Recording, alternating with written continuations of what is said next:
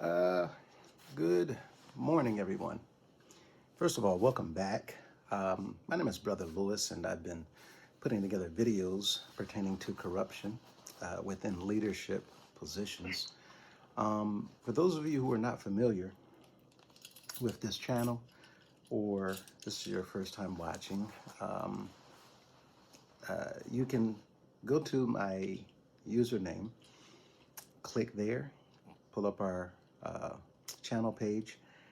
Click on videos, go down to video number 68. It'll explain what this channel is all about. For those of you who are familiar with our channel, welcome back. This morning, I actually have a treat. Brother Dwayne, he reached out again, and we talked last night about a few things, and I actually invited him to come back on again if he had the time and if he wanted to talk to us about his feelings pertaining to this past weekend. So My Lord. there's a lot to unpack. Of course, I still intend to do videos pertaining to the sermons, the speeches. However, while everybody is still coming to grips with the events of the last couple of days, I just want to talk about that a little bit more so that you can hear from, as you all know, family member of Elder Wilson.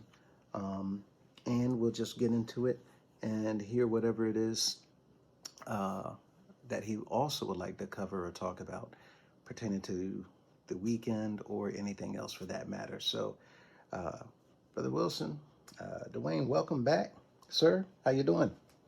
I'm fine, sir. It's good to be here. Good to be here. Yeah, it's good to have you here with us once again. First of all, let me say I want to apologize on behalf of everybody who is not in support of the actions of Mr. Cunningham.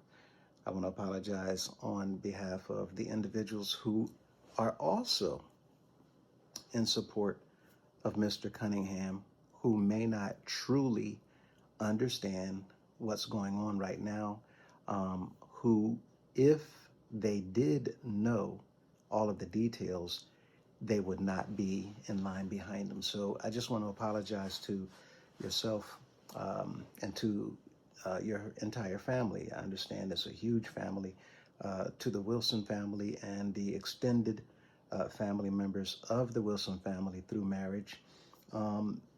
We want to apologize. That is absolutely no way to address the situation as serious as this situation is, given the fact that Elder Wilson is still in the hospital dealing with his complications and his conditions. So for those of you who may not be aware, Dwayne is the brother of Elder Samuel Wilson, who's the pastor of Hampton, Virginia. He's been there now for maybe, how long, 20? Over quite some time. Over 20 years. Yes. Going on 30? Yes, over 37 years. Yes, Um, sir. and has been a devoted, a faithful, a dedicated member to the House of Prayer. And really, his situation, whether or not we agree with the doctrines of the House of Prayer, whether or not we agree with the decision making of its leaders, the fact of the matter is you do have an individual who is going through something right now, like many other ministers and members, albeit whether it's sister, brother, adult, children. It doesn't matter who, even friends and supporters of the House of Prayer, because they simply are not aware of what's going on. Many people have been affected and impacted by many things pertaining to the organization, but the organization has done nothing whatsoever to reach out to help them. And in this situation, Elder Wilson, in all of his years of dedicated service, like many other pastors who go through what he's going through, has received nothing whatsoever. So this came up in one of our videos in talking about this situation because Mr. Cunningham, the current leader of the United House of Prayer for All People, was on his way to Virginia, the state that Elder Wilson is in, to his district. Newport News is not too far from Hampton. And he could have very well gone by to do anything. As he has stated, he's the Lord's servant, Jesus' servant. He's got the powers to do this, that, and the other. Of course, we know that this happens often within the world of religious leaders who it is discovered that they're taking advantage of the people. I was one of them. Dwayne was one of them. We were members of the House of Prayer. I was over 40 years, completely indoctrinated. I used to teach and preach the exact same things that all of them are doing right now. I'm grateful that the Lord has brought me to a point where my eyes are open to the truth, that it's jam-packed with false doctrine, false prophets. The institutional leaders are literally doing things. Those who are in the know are doing things to take advantage of the members. And Elder Wilson, this past weekend, right now he's dealing with a brain tumor, and he's been having seizures whenever I say there are expectations put on him. And due to the extreme amounts of stress, he went back into the hospital a couple of weeks before convocation, and Mr. Cunningham made his way back to Virginia. So we know that there are connecting issues that put his activity in the House of Prayer in the position of cause for the stress levels that Elder Wilson was enduring that resulted in him going back to the hospital. That's my opinion. It's not, I have not talked to anyone. It's just my opinion. I know that a lot of pastors and individuals in positions of the House of Prayer go through things like this because of the unbelievable amounts of stress that they're put through year in and year out. So since we brought this up and pretty much publicized the fact that Mr. Cunningham is making his way there, well, why not do something for Mr. Wilson? You have the power to heal, heal. Even though we know that he doesn't, there's a whole lot he could have done. Mr. Cunningham is sitting on a multi-billion-dollar organization. He could have done anything to help, whether it's hospital bills, finances needed to assist Elder Wilson's family when it comes to his day-to-day expenses. His wife is in a situation where she's having to take care of him on a daily basis whenever he's home. The family is offering all kinds of services, I presume, to assist because, of course, they love their brother. And Mr. Cunningham simply sent word to him and said, let him know that I'm anointing him to be an apostle. Now, he didn't go, he didn't visit, he didn't take time out of his non-busy schedule. Mr. Cunningham is not busy at all. There's not a whole lot of anything for him to do. And I've been saying while bringing these things forward that his only purpose is to come into town, pick up the money, go to service, take more money, and while at the parsonage, sit back and enjoy living in the lap of luxury while refusing to conduct business, to meet with anybody or see anyone. The only ones that he will meet with and sit down with are the chairmans or the council in that area, because they're the ones in on what he's doing illegally to take advantage of this nonprofit. So to catch you up to speed, he didn't go, he sent someone to tell him, I'm anointing you an apostle. He didn't even anoint him, which says a whole lot of nothing, because the reality is to tell someone, I'm just changing your title from elder to apostle, all that does is give him a little bit more clout when it comes to the membership of the organization. It doesn't come with any power. It doesn't come with any special abilities. It doesn't come with anything. More importantly, For those of you who really don't understand this, let's consider the fact that he's putting himself in a position as a servant and representative of God to elevate someone spiritually.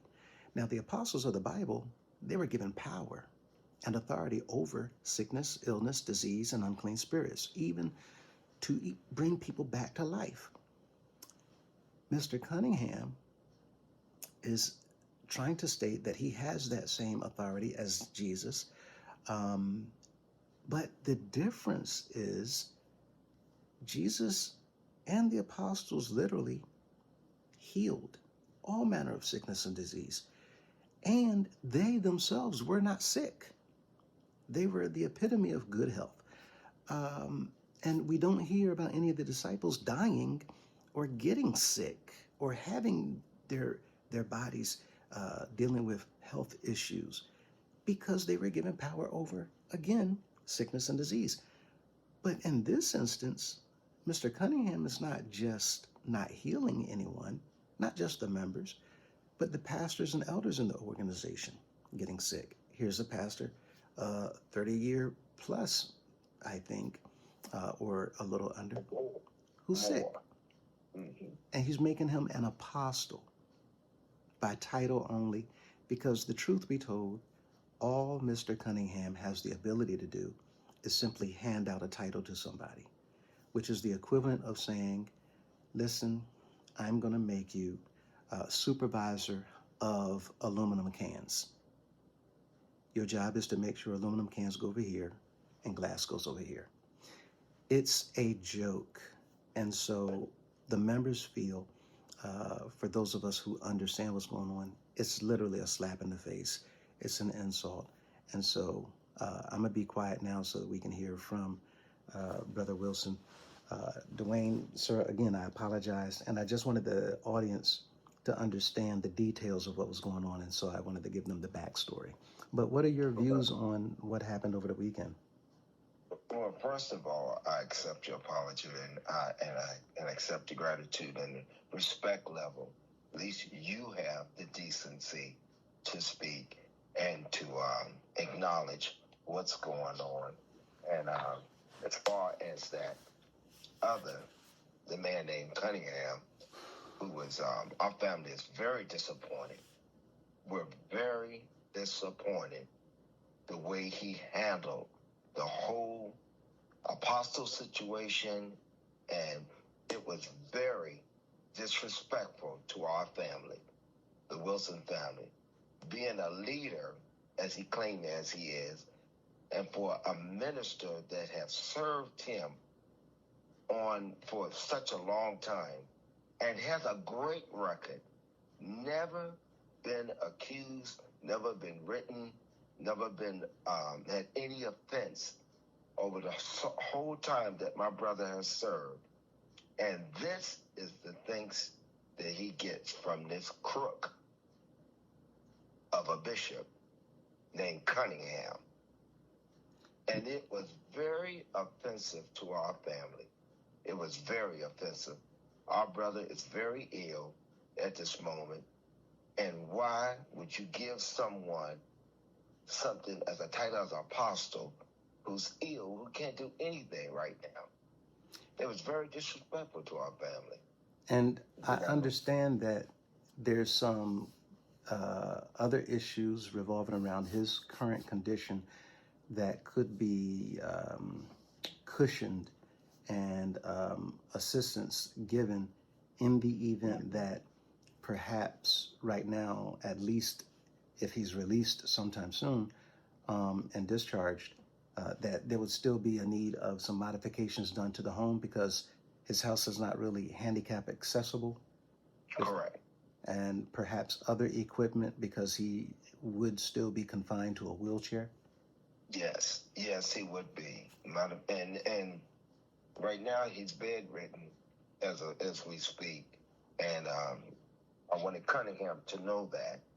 And if he cared anything, which he don't, and he showed that obviously this past weekend, he don't care about that. The only thing Cunningham cared about was getting his hands on that bag of money that he got from this past weekend. then Let the record show. That was the only thing that was in his concern. My brother was not of his concern. And we, the Wilsons, we see you for who you are. You know these videos are out here about you. You know the word is out here about you. yeah. And everyone know you for who you are. But we see you, Cunningham. I see you. And So the ones in the world see you for who you are. so would it be fair to say at this time, even though it would not fix the damage that's been done um, mentally, psychologically, or even the damage that's been done towards the respect towards the family, even though nothing can be done to undo what happened over the weekend, would it be fair to say that if he took upon himself to consider the fact that the family uh, could use financial assistance or a contact person, some type of liaison, in order to provide whatever medical equipment, whatever services, even in the event that to alleviate this burden, because this is going to be an additional burden on his Yes, immediate yes, family, his wife and his daughter at least, if some type of medical assistance in the form of a home aide or some type of caretaker to assist him with his personal needs at home so that his wife would still be able to take care of the things that she needed to take care of. Would it be fair to say that he could still consider providing those things and alleviate the financial burden and the medical equipment costs or anything else that he would need right now um, that would show an extension of his concern toward the situation? Would that be fair to say? yeah, that would be more than fair. And we, matter of fact, we expect that from him. Is the service my brother has given over the years and being very faithful and dedicated and believing to that? Because, I don't, of course, don't believe in the house of prayer. And, I know the truth. But my brother believed in it and he worked fairly and he worked well. And it would be fair for him to. I expect that from him, Is from Cunningham. I it expect for Cunningham to step out and do the right thing is there because a the world is watching. right? And what he's saying is it's all out. There's It's not. all I mean, everyone is aware of the situation, and Everyone is aware, and the Wilson family is a large family, and only a few that are still indoctrinated that are believing in him. A few, but the majority of the family is very disappointed and felt very disrespected. And I want him to know that, Cunningham, the Wilson family, and we go deep and we grow deep, and we have lots of cousins and family, and we see you. We see you, Cunningham. now so that y'all Our understand where he's family. going with this, and Yes. just for clarification, when he talks about extended family, cousins, and how large his family is, what he's really getting at is the fact that there's 13 of you, correct, siblings, Yeah. 13 siblings. and so Yeah. their parents, they were heavily involved in the house of prayer. So when he talks about how deep his family is, for the most part, what I know pertaining to members in the house of prayer, especially if they're born and raised in the house of prayer, what he's getting at is the amount of money, the amount of time, the amount of energy and effort that was spent providing services to the house of prayer, playing on the bands in the house of prayer, cooking in the kitchen in the house of prayer, doing whatever it is that the house of prayer needed, by the numbers of individuals in his family and how much money has been contributed over the years, also by the numbers of individuals in his family who currently today, for whatever reason, are no longer affiliated with the House of Prayer, even though some still are. So when he talks about the numbers, what I'm hearing, because of what they do in the House of Prayer, the members' activity, it involves a lot of hours, it involves a lot of effort, it involves a lot of energy and time but more importantly, it involves a lot of money. So when you're talking about numbers to the leader of the house of prayer, what they hear, and even the pastors, is dollar signs. They hear money. So That's all they hear. he's not getting at anything for you all to understand, well, we're a big family and we're going to get together. No, that's not what he's saying. He's saying that we have provided a lot of our time, our effort, our energy down through the years. And we're talking about what, 50, 60 years your family has provided and done in the house of prayer. And that's not even going back to your mother and father. That was my grandmother, my father's mother, family, cousins, aunties, the whole works, So your family's involvement in the house of prayer would go back, how far would you say? 80 years? It probably would be, because my grandmother, my father's mother, she was in the house of prayer, and all her kids, and like I say, a host of family members that was built, and even on my mother's side, my mother and her cousins, all of them were in the house of prayer. And mind you, my mother was the top sister in the state of Virginia. By that, top sister, what he means is she, on a yearly basis, everybody is in competition. So top sister means whether in the local, state, the district, I've given the most money than anybody else in this area, or I've given the most money than anybody else in this district. Now, to say that means a lot. It's not. We're not talking about a $500 donation. We're talking about, if you're at the top, we're talking about a woman who literally did whatever was necessary to give more than anybody else. We're talking tens of thousands of dollars from that one individual. Sometimes 30,000, 40,000, 50,000, or more. But right at that 15-ish $1,000 range and higher. Back then, what is that? Maybe the 60s, 70s? Yes. I mean, it grows deep, but what I'm just so disappointed in how this, to keep to this weekend, how it just all panned out and how he behaved and he showed who he truly was and who he truly is. He showed his true self this weekend. That was going to be my next question.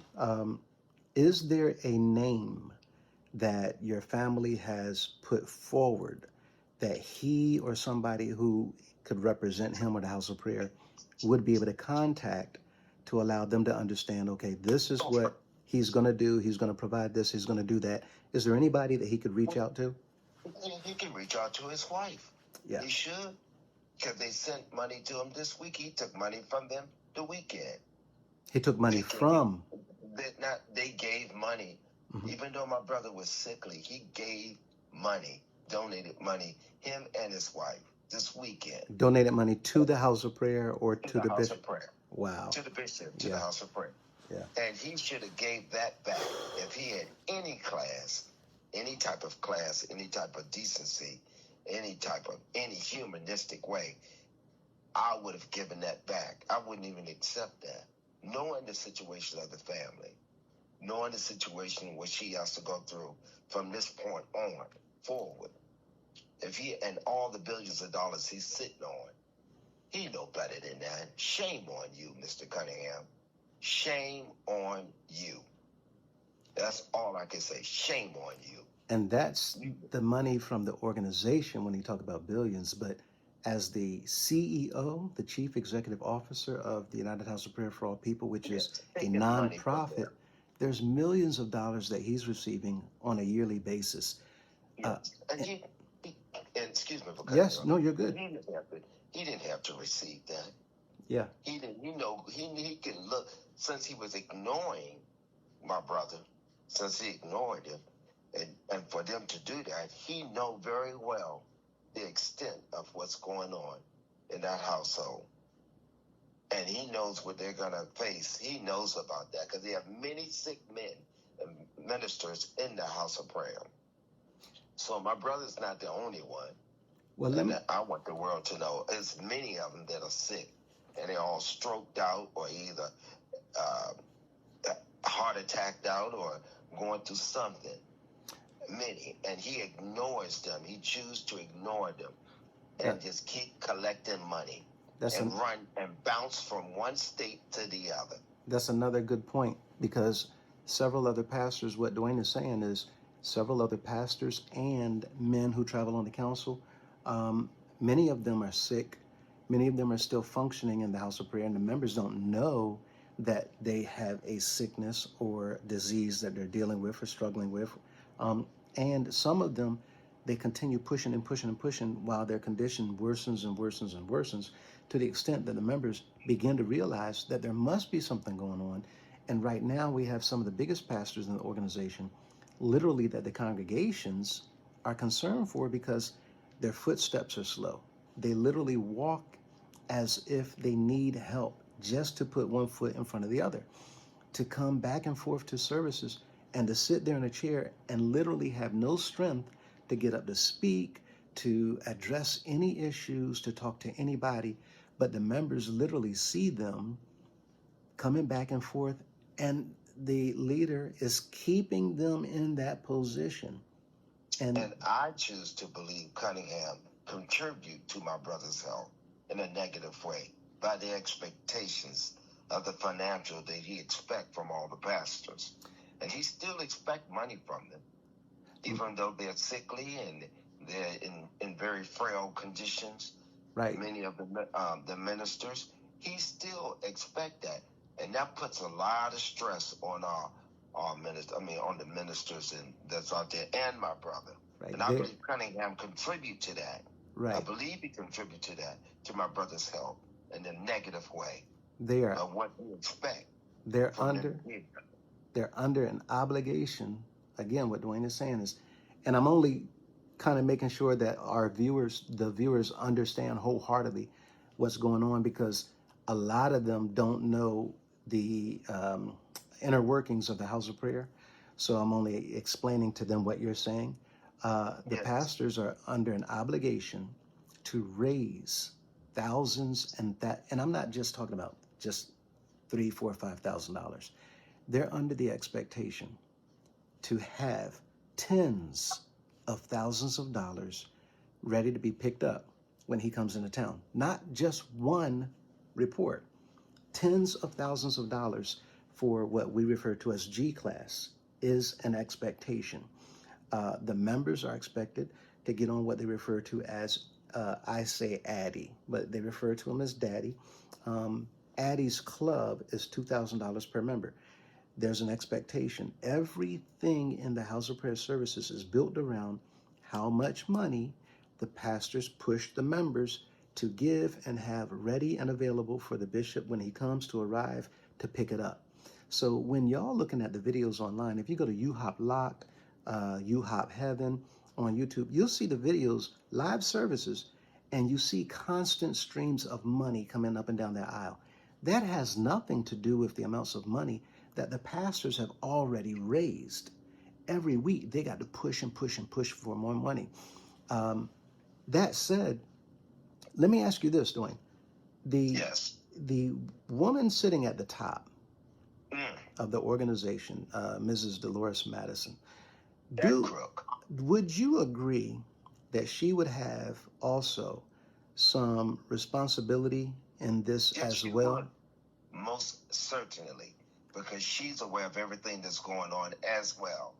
And shame on you too. Old as you ought to know better. And being a woman and being in a crook-minded way along with him, because you're directing these people. You know very well how this service is run. You know very well what the house of prayer you expect, the expectations, because your husband was a bishop and he did wrong too. And he did wrong. And you sat there and watched everything happen.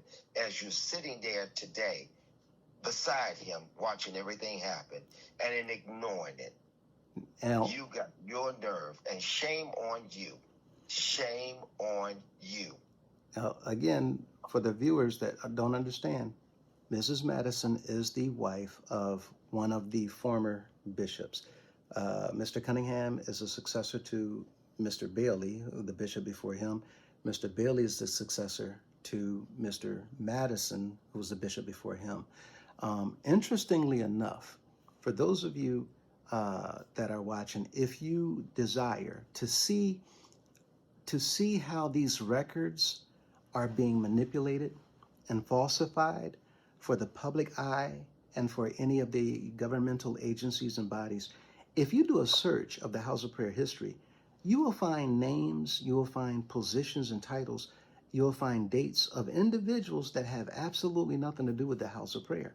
If you go to do an online search, even if you search through, let's say, Chat GPT, if you do a history of the House of Prayer leaders, you'll find the information is just all over the place, which will really mean that there's people who are putting out false information to make it difficult for individuals to receive true and accurate history of what's going on in the House of Prayer. And whenever that is happening, you can rest assured that individuals who's in the know, who's at the top, they're doing things behind closed doors to make sure that people cannot find out anything, because they're disturbing what we call a paper trail. So whenever I talk about Mrs. Madison, she literally has her hand involved in everything going on in the organization. Mr. Cunningham was handpicked by her. She orchestrates certain things for certain ones to rise up in leadership. That did not happen until her husband became the bishop. Keep in mind, she's been here from the beginning. The first bishop of the United House of Prayer for All People, this is Dolores Madison, worked hand in hand with him. She worked hand in hand with the next leader. Every single bishop of the organization, she has worked personally hand in hand with. So I say that to say this. Since what's going on with Mr. Wilson currently right now, I don't want to point the finger only at Mr. Cunningham, because he's in the seat today. He holds responsibility because he can stop anything whatsoever, and he can implement anything whatsoever, because as the bishop, he becomes responsible for everything, good, bad, and indifferent. If it's good, he gets the credit. If it's bad, he gets the blame. And if there's a problem, his job is to resolve it. So since this is going on with Dwayne's brother, and the organization is watching, outside is watching, Mr. Cunningham made a mistake. I will just say it was a blunder. Let's call it that. So it doesn't look like we're being personal. It's just a blunder. He doesn't have people advising him. So it's an easy fix. Mr. Cunningham can get in touch with Elder Wilson's wife there in Hampton, Virginia. If not, he can get in touch with the chairman of Hampton, who can get in touch with his wife, and they can assist Mr. Wilson, Elder Wilson, with whatever assistance they're in need of. However, Dwayne was mentioning, same thing, shame on you, Mrs. Madison, because this could easily have been prevented, since you are the one directing Mr. Cunningham, as well as those men on the General Council. You could have easily directed them to assist him financially, to take some responsibility in his medical costs, fees, expenses, equipment, whatever is necessary, since his condition, more than likely, I'm not an expert, I don't know things for certain, but it looks like, more than likely, the stress that he has been under by being a pastor and the institution that you're in charge of, indirectly, behind closed doors, that you have responsibility in this. And since there's nothing set up for these pastors, but you're pushing them to continue giving all this money, which, by the way, your entire life has been a life of luxurious living, a very lavish lifestyle, paid for by the members of the United House of Prayer for All People. All of your mansions, all of those luxury cars, literally y'all are riding around in vehicles that presidents and world leaders use. That's the cars that y'all are riding in. If dressing. Yes. Dressing and that the clothes. We got and all that other stuff to make it terrible. So there is responsibility to bear in doing something to help this situation. You've done Yeah. nothing for nobody with all of this money in a nonprofit organization, by the way.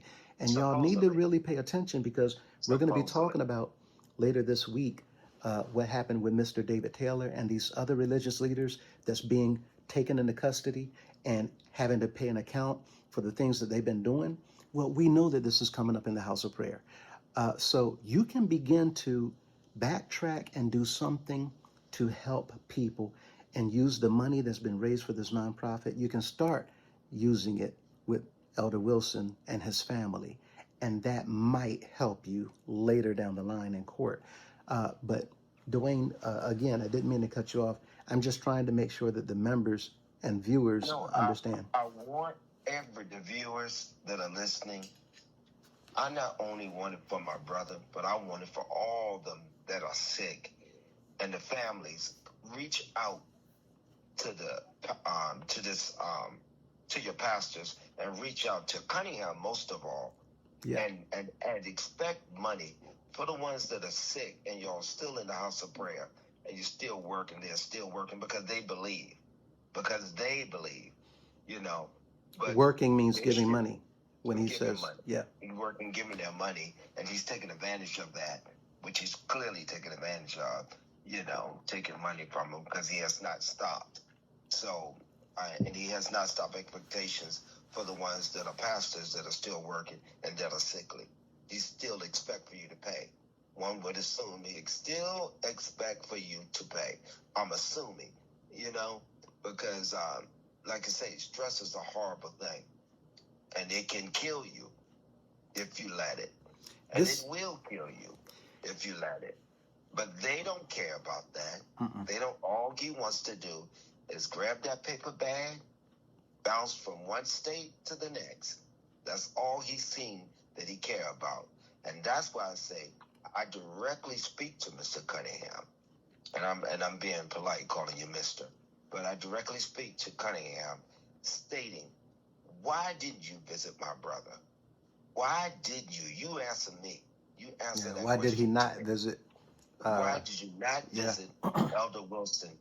How you think it look when you come to the state, one of your top and favorable leaders, Elder Wilson, pastors.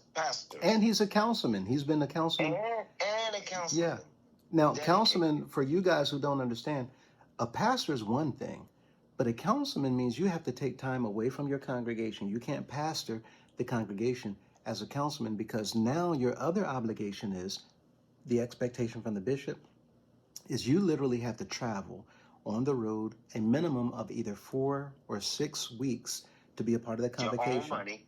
Right? Your own money. You got to pay your hotel fees, right? He's not giving you any hotel fees. He's not giving you no travel expenses. And that's a total of 4 to 6 straight weeks. This is a month and a half of hotel fees, of food costs, of gas, wear and tear. We have contributed into that as well. We have, the family, have contributed to help him. Because there's nothing coming from the organization. Because there's nothing coming from the. I just cannot. I just cannot understand how selfish and how greedy that this bishop is, and the past bishops, and how wrongful and shameful they should be. And see, the way they treated their members. I just cannot believe how wrong they are. They expect these men to travel and work and still keep up the financial responsibilities of their various houses. And you just made another good point. What he said is not just Mr. Cunningham, but all of the past leaders. This was the expectation. Now, many times, many people look at the past leaders and all they see is what's going on stage, the platform, right? But they don't, show. Right, the show. But they don't understand what's going on behind the scenes. And what Dwayne just mentioned is all of these pastors, whether they're councilmen or not, have been going through this from day one. Under every single bishop, they have to take money out of their own pocket to pay for every expense They have to travel at their own on their own dime. For those of them who are not getting the large amounts of pastors offering, like chairmen of states, if you're in a small house and you might be getting $200 a week, if that, in pastors offering, well, you still need to take care of the needs for your own family. You got to pay all of your living expenses at home and operating expenses. And if you have children, it's worse. So, for those of you who are familiar with Mr. Ronald Belton's situation, he Yes. endured all of this stuff, and he, same thing, dedicated, loyal, That's right. faithful, devoted, and after Travel. all, yes, sir, traveled as well, Travel. did everything, and then became an evangelist and would travel around the country. Not a dime coming from the organization, not a dime coming from the bishop. He had to pay for that out of his pocket. But they set up an offering from the members. Now, if he got $300, that's what you get, period. If he got $3,000, well, that would have been a good financial week. But it sounds like a lot, but that 3,000 would make up for the various spots that he went to where he hardly got anything. My point is this: what Dwayne is pointing out is all these men for all these years, decade after decade after decade, under all these leaders, got nothing to support them or help them financially with all of these expectations that was put on their shoulders. Correct. And their Correct. families suffered as a Suffered. result. And a lot of them suffered. And did they care? Did they do anything different? Did they change nothing? The money continued to go into their greedy hands. They're no good greedy hands. And they continue to expect that and continue to go on, one bishop after another. Now, one after another. Now, you mentioned going back to the weekend before. Let me ask you this question, because since you raised that point, and we're talking about the amounts of money that these pastors and councilmen have to come out of their pocket. We're not saying that we agree with what they're doing, because a lot of the councilmen, they know that they're pushing the people in their congregations to give money, and they know that money is going to the bishop. They know it's not going to help anybody, but their expectation is to get the money, get the money. So some of them really are not in the know of what's going on behind closed doors, but it's just a handful. You mentioned Elder Wilson, Samuel Wilson at Hampton, how devoted he was, and that he had no spots, no stains, no blemishes in his pastoralship. Not one scandal. Accusation, not one scandal. Yeah. Very faithful and believe, and because that's how he is dedicated to anything that he does. He's a great pastor. He's a loving pastor, more so than this reputation that this bishop has. And even when he was a pastor, wasn't he a pastor in Washington? Yes. 601 Elm Street, Greensboro, which they'll be there this week in Greensboro, North Carolina. And I can truly say he had a mean disposition. Yeah. And he had a mean mannerism. And everyone knows about that throughout the kingdom. There's no surprise. Yeah, he had a reputation for being snobby and not speaking to you when you spoke. Not speaking. I'm a witness to that because I've seen him. I passed by him. I've seen him. I was right there in D.C., so I'm not telling you nothing but facts. But now that we know that he had been picked by Mrs. Madison years before all this, now we understand that his attitude is, oh, y'all don't even know I'm going to be the bishop one day. So he already had this aura about him that he's better than the people. But we talked about those pastors and what they have to endure and go through. And going back to the weekend past, you saw the videos, correct? Correct. And did you see the last video with the security that I messaged to them? So right now, I'm sorry. Say that again. Certainly. I can wait until you. Yeah, I just got my little grandbaby, but go ahead. So you saw the videos, Yes. and did you see the video where I made a message to security? I believe so. I was listening to that. I got it. You know, I like to go over the video over and over. I Okay, don't miss anything. right. So here's my question, or my statement rather. On the last video I did prior to this one, I did a message to security, the security teams of the House of Prayer. Yes. And I made a point in that video to express to all of the people that just like the pastors, security, their expenses come out of their own pocket. Correct. There's nothing even provided for them, and they're expected to literally put their lives on the line. On the line and deal with all kinds of repercussions. Yes. Everything. And Yes. there's no thanks, there's no appreciation. And get this, the pastors, even though we're talking about what they have to go through and what they have to deal with, at least they get an offering once a week from the congregation. The security Exactly. don't get nothing from nobody, including the House of Prayer organization, including the leader. They're expected to give their time, their effort, to stay up all Their kind of lives. hours of the night, to travel all over the country out of their own pocket, their Correct. family on the back burner, and they put everything out. Everything. Blood, sweat, and tears. Yes. No one saying thank you for your service. They don't even get a free meal. They don't get a free night to sleep in a hotel. The House of Prayer got beds and dormitories, but security don't get that. The top men on council will sleep in those rooms and keep their money in their pocket, when some of the top men on council, the members don't know, have a lot of money coming in because Dolores Madison used the money from House of Prayer to buy them businesses. So when y'all look around and y'all see these councilmen and they own businesses, think about the fact that they're doing all this traveling. How do you have time to operate, to even start a business? Where are you getting the money from to even purchase a startup for a business? And when do you have the time to conduct that business and operate and maintain it? So all this stuff is about to come to an end. But my point is, security gets nothing. But didn't he make them sign a waiver, giving up their rights? That's another one. That liability waiver. That liability waiver. The bishop made it mandatory. That. Yes, He sir. implemented that. He implemented that they would give up everything, even lawsuits.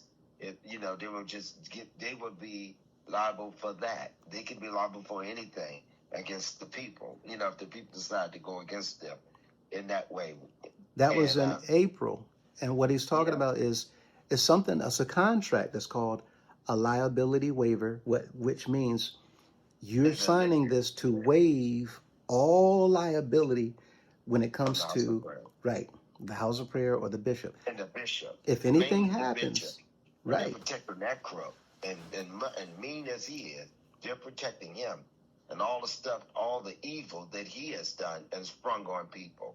And all the wrongness he have done. So he has the nerve to tell them to sign a liability. To waive their right to sign liability. Now what that means is, if something happens and something go down, if there's an injury, if someone lose their life because of an accident, if somebody go to court, somebody go to the hospital, someone dies, you will not hold me or the organization accountable. You have to take all of the responsibility. You see how low that is? Yeah. Can one see, and I want the world to know how low that seems, that one person can do that. He don't give, in other words, he don't give a care about the security. And nobody else. And most of them been faithful for him for years in the past, bishops. Oh, decades. And he don't care. Yeah, decades. Yeah. And he don't even care about that. He wants them to sign their rights away. I would, Lord have mercy. I mean, literally, get nothing. I would tell that clown, take that piece of paper back and rediscover America. That's what I would tell him to do with that. You know what I'm saying? And that's a nice way, folks. I'm just being nice and respectful. But I would tell him to rediscover America. But see, what you're saying is the same way he treated Elder Wilson this past weekend, Yes. that security gets it worse because now you're telling them in order to do what you want to do, this is their service. I said in the video, this is their service to God. Yes. They want to do that portion and it's necessary. It is needful, Yes. right? And that's understandable. Yes. Right. It's needful, like you Because say. It's we needful. don't know. We have a lot of members that are women. We have a lot of senior citizens all over the country. You have to have security, period. Correct. No matter what even. Yeah. So the thing is, these men and women, there's some women, have devoted their lives to provide that particular service. But they get no thanks.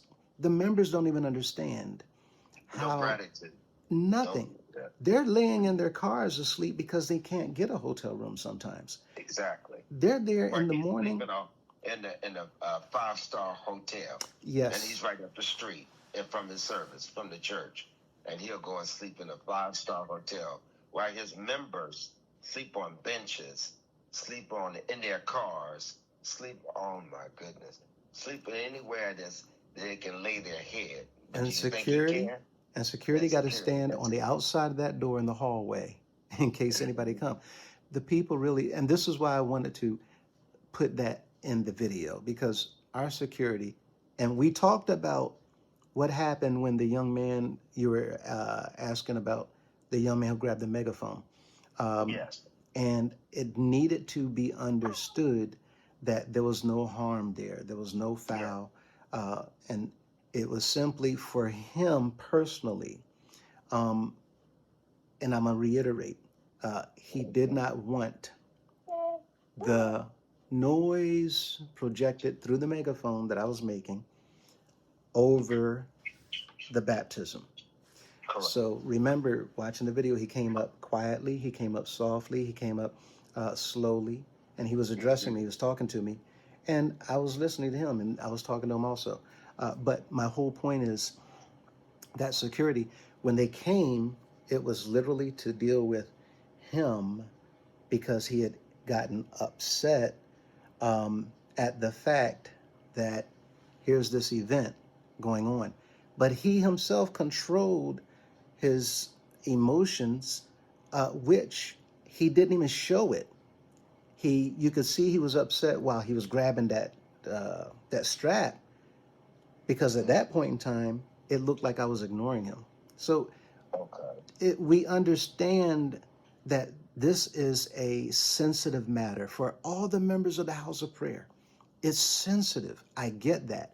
But what Dwayne is saying, what others are saying is Mr. Cunningham holds responsibility along with Mrs. Madison in all of this, because it takes nothing but a phone call for us to come and have a meeting so that we can have this resolved. But the members need to understand the reason why that's not happening is because they know that at the end of the day, when all of this comes forward, the only way to resolve this is for all of them to be removed from their position. They have to be. They must be. And that's why they're not meeting me. Yes. And this is going to go on because the members are being put in the situation in the middle, and he's doing everything he can to keep them from finding out so that he can sit in that seat and Mrs. Madison can stay there to have control over the finances of the organization and continue their lavish lifestyle while doing nothing for anybody else. Elder While Wilson. the people die off, while the people are sickly, laying in hospitals, while the people are not being taken care of, while he's grabbing the money from state to state, bouncing from house to house, not caring about the people in the House of Prayer. And then doesn't he call himself what? Addy? And that's supposed to be a nickname for like being the father of someone? Right. All my children. What father treats their children like that? Yeah. What father shows that kind of care? What kind of father shows that kind of disappointment in the people of his children? Who are you? What are you? And why? I still want to know why you did not come and heal my brother. You got the power. You said you had power, not I. You said in several videos, you said recently, and I'm speaking to Mr. Cunningham. Mm-hmm. Mr. Cunningham, you said you had power. You could just wave your hand, and the power that you have in your hand can heal. Well, why you didn't wave it this past Sunday?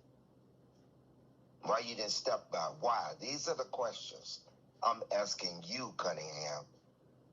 Why did you not wave your hand over my brother? You know why? I'll answer it for you. Because you have no power. You have no power. All this stuff that you've been speaking on the weekends, and the different places and various houses are nothing but lies. And I am here to tell you, you're a liar.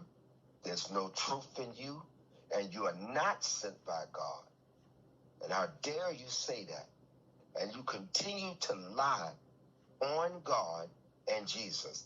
Now, all of a sudden, and I saw you in a video, and I listened to you tell myself, I love Jesus. Jesus, my all in. And I said, and my response to you was, oh, now you want Jesus. But then you spoke previously and said, I'm Jesus, I'm God, I'm Daddy Madison, I'm Addie Madison, I'm Addie Bailey, I'm all them wrapped into one. And that's when I responded and said, you need to be fixed. He said he has Something's wrong with you. all of their spirits in him. All those spirits in you, And you there's a need video. doctor. There's a Yes, video you need that someone. there's a video getting ready to come out that I'm gonna refer to, and I'm gonna show the clip. But Dwayne, in case you haven't seen it, where he's sitting down and saying that the former leader had conditions with his legs, but then he made the statement of saying that he can now, or my knees or my legs, he can use my knees or my legs right now, something to that extent. And he needs to stop. Yeah. Speaking in that terminology. Yeah. Because the world looks at him, and he may not care because he don't care anyway. But the Bible condemns it. It's called necromancy. Yeah, but the Bible. Yeah. But the point is that you continue to lie and use the Lord's name. You continue to lie and use Jesus' name. What one said, I'd rather have a millstone wrapped around my neck and throw me in the ocean and then to harm lie. The least of mine. Yeah. And he continues. That is a dangerous person to me. I would not want to be around him. And that is why you're going to various houses. And that is why the crowds have stopped coming. The people have stopped giving. Thank you, people, for the ones who are listening. Thank you. And all the ones, we need everyone to stop giving him money. We need everyone to stop giving him money. Because that's his power. Yeah. Not power in the Lord. That's his power, using money, buying up things, buying and investing in more things. He's not going to invest in you. He don't care about my brother. He don't care about none of the people out there. That's all a facade. That's all a lie. He don't give nothing about him. He almost forgot about my brother. Matter of fact, my brother came up, seemed like when he brought up my brother's name, it was like an afterthought. Because he just remembered. He almost forgot. That's how it seemed like he did my brother. Oh, go sin off and tell somebody, I made him apostle. What good is that going to do? All the years. You get someone their flowers when they're well, when they're standing in front of you. You don't send flowers to someone who's laying on their sick bed. And what will he be able to do as an apostle right now? Nothing. He won't be able to do nothing. Not he probably won't even know he's been named apostle. He can't do anything for others. He can't do anything for himself. He can't do anything. So for that was a very disrespectful, slapping our face. That was a disrespectful move on your part, Cunningham. I'm telling you, that was a very disrespectful. And I'm glad my parents are not here to see that. I'm glad my parents are not here to see that because they were honorable parents. You Here, know, and I'm glad they're not here to see that. Disrespectful toward our family. How dare you? How dare you?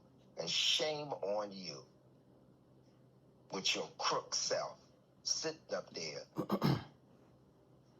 and see, And I'm not angry. I'm not angry with you, Cunningham. I'm not angry with you. I feel sorry for you because I know who you are. I feel sorry for you. We're not angry. We're not revengeful people. We're loving, respectful, God-fearing people. But what you did was a display of plain disrespect. And I want you to know that. We saw you, and we know who you are. I just want to let you know that, Mr. Cunningham. what We saw you, and we know who you are. now? What would Remember you? that. What would you? What would you say in regards to the services on Sunday evening after the baptism? I had come out to literally allow the members to hear why I'm doing what I'm doing. I was And so glad you did that. I was so glad you did that because you showed him that you're not a coward. You faced him man to man. Well, I don't know if he's a man. He considers himself a man. But you faced him man to man. You did the proper thing. And one thing I love about you and I can say about you, you always do everything in peace and in decent and in honor. You even said, "Excuse me, I don't mean to disrespect you," but you were just honoring and asking what he had said. You were just replying back to what he had said. You were Kyle. You don't want to face me. I actually And apologized for you interrupting the did. You service. did. Yeah. You apologized. What person does that but somebody rightfully in their mind? You did that. You at least gave him an apology. And he still ignored you because you know why? He's scared. Yeah. He's scared and he realized and he looked around and saw the little numbers. That man is scared and furious. He's angry and scared at the same time. What did you Because think? I'm sorry, go ahead. You have proven to the people face to face that you're not a liar and that you were willing to sit down and accept a conversation on his terms. You faced him, but he showed the people how he's a liar. He showed the people how he's scared. He showed the people that he meant no truth in what he said and none of his words. He actually showed the people who he really is. Yeah. He showed the people. Yeah. His own congregation, his own people who followed him. I was embarrassed for him. If nothing else, it was embarrassing.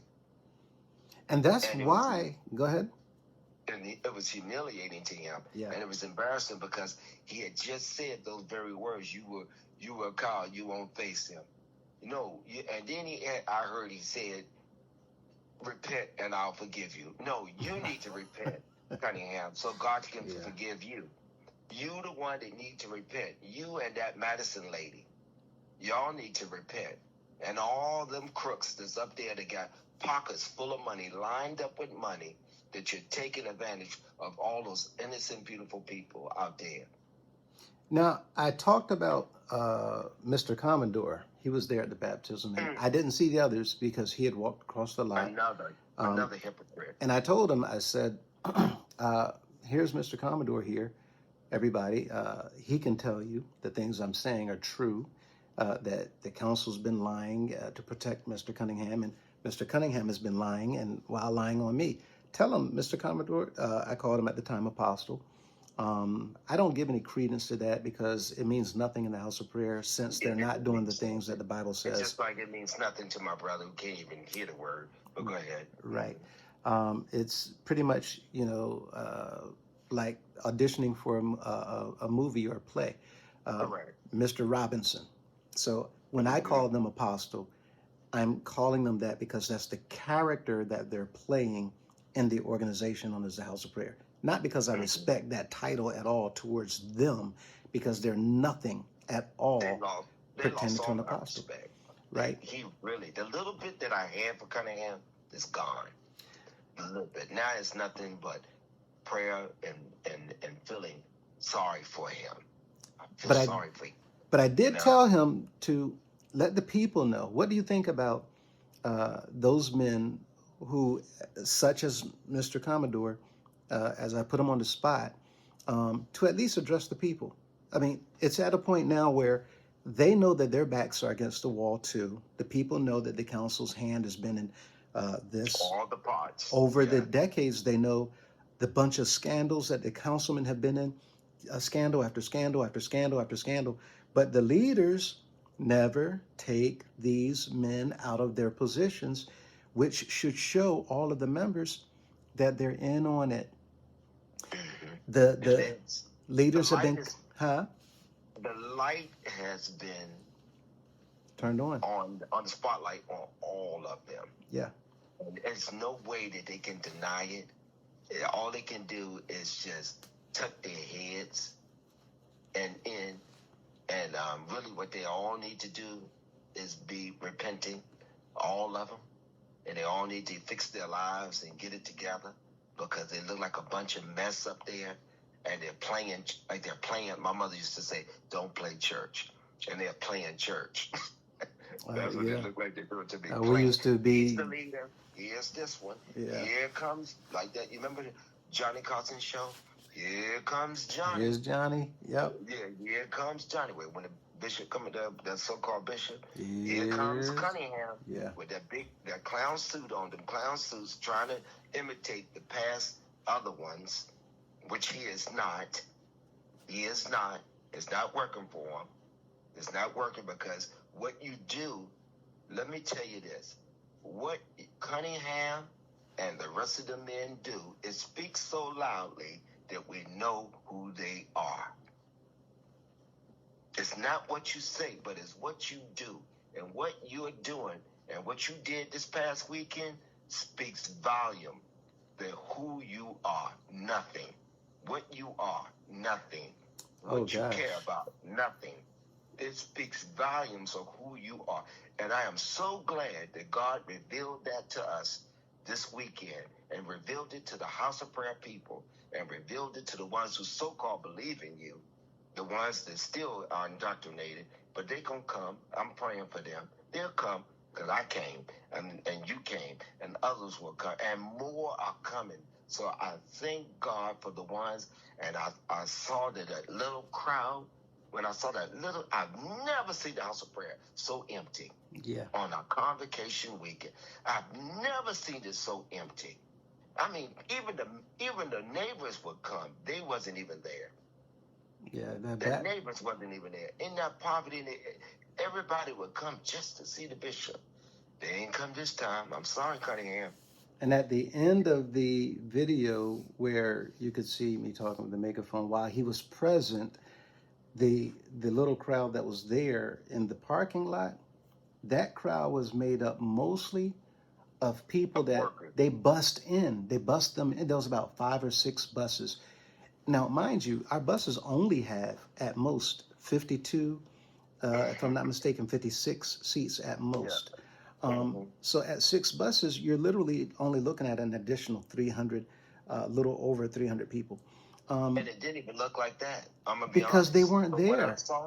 What I saw on the video, very little. They weren't there. Ghost town. It looked like a ghost town. I don't think there was 300 people at the baptism. It wasn't. I'm telling you. Yeah. I saw it, and what I could see from even when you was talking on the megaphone. Mm-hmm. I was like, well, where's the people? Right. And the cars used to be blocks. Right. And I'm 63 years old, and I would come to on Sunday when I was indoctrinated and didn't know no better, and I would run from blocks to try to catch time for what I thought was a true, Oh yeah. And I would have to run blocks 3 to 4 blocks Yeah. away from the house of prayer. But you ain't had to run it. I wouldn't have had to run this time. We were I able would to be right park. there. We were able to park our car literally right around the corner. That is insane. Yeah. For a convocation. Newport News. This was the Yeah. worst, in my opinion. And I can think I got an opinion, and I can say what I want to say. That was the worst baptism I ever seen. The least and the worst, because it was nobody out there trying to get baptized. There was nobody out there, not a lot of people out there trying to get baptized, at least by him, not by him. I've seen it in the past. A lot of cars, and it took a lot just to get there for that Sunday. You want to hurry up and rush to get out there. You would rush. Not this time. I remember the furthest away I had to park might have been 6 blocks. Remember that. I remember the time. People you everywhere. Had to run. Yeah. I had to literally run to try to get in line because it was such a long line, and it was nothing now. Now, mind you, we're not saying that's because the house of prayer at one time was so grand that the people were packing. No. It was just that the people, right? And we didn't know all the stuff. Come to pass. Right. The videos wasn't out. Right. The videos wasn't out. But I wanted to tell Cunningham, the secret is out. We didn't have the technology back then that we have today. We didn't have the communication venues that we have today. We just did not know. The show was easier to deceive people, which is why you have all of the names of these religious leaders back then everywhere, all over TV, all over the radio, and all outside in the public, just taking people's money. Everybody was the Lord's servant. Everybody was the Lord's voice. You got all these big time names everywhere. But now, the people are shutting this stuff down because people have been living a criminal lifestyle based off of people's religious belief in them, thinking that they are some connection to God. And that's the worst type of criminal. Dry as a desert. Dry as a desert.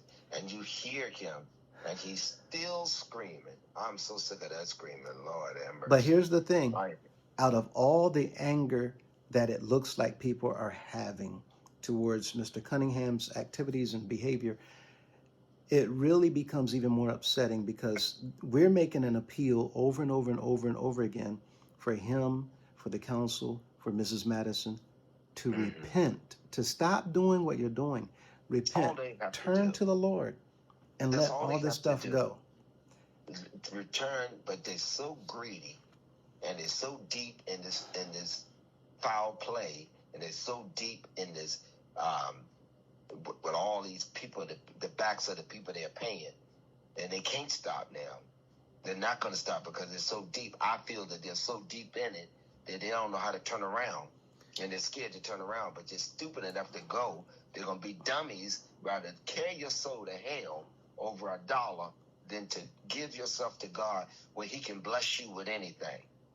Now, what sense does that make to one? I think you'd rather follow $1 that is limited and can be cut off and your butt in jail, but yet you won't serve the Almighty God who can cleanse you up and make you whole again, and you can begin again. No, and these men falling around, these pastors, all the crooks falling behind them and allowing them to dip their pockets instead of going to Christ and asking the Lord to come into my life, cleanse me of my sin, forgive me. People, forgive me of my sin. I want to see God again. I want heaven to be my home. I want to make it to heaven. No, they want to make it straight to hell and take it.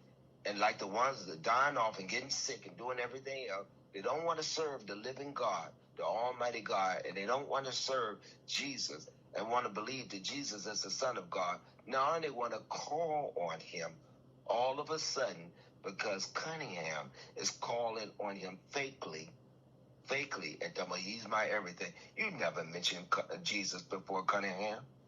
You never said nothing about Jesus.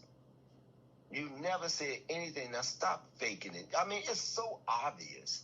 You never even said you love Jesus. Matter of fact, y'all used to tell us not to say Jesus. You replaced everything from Jesus. You took him out and put him on the back burner.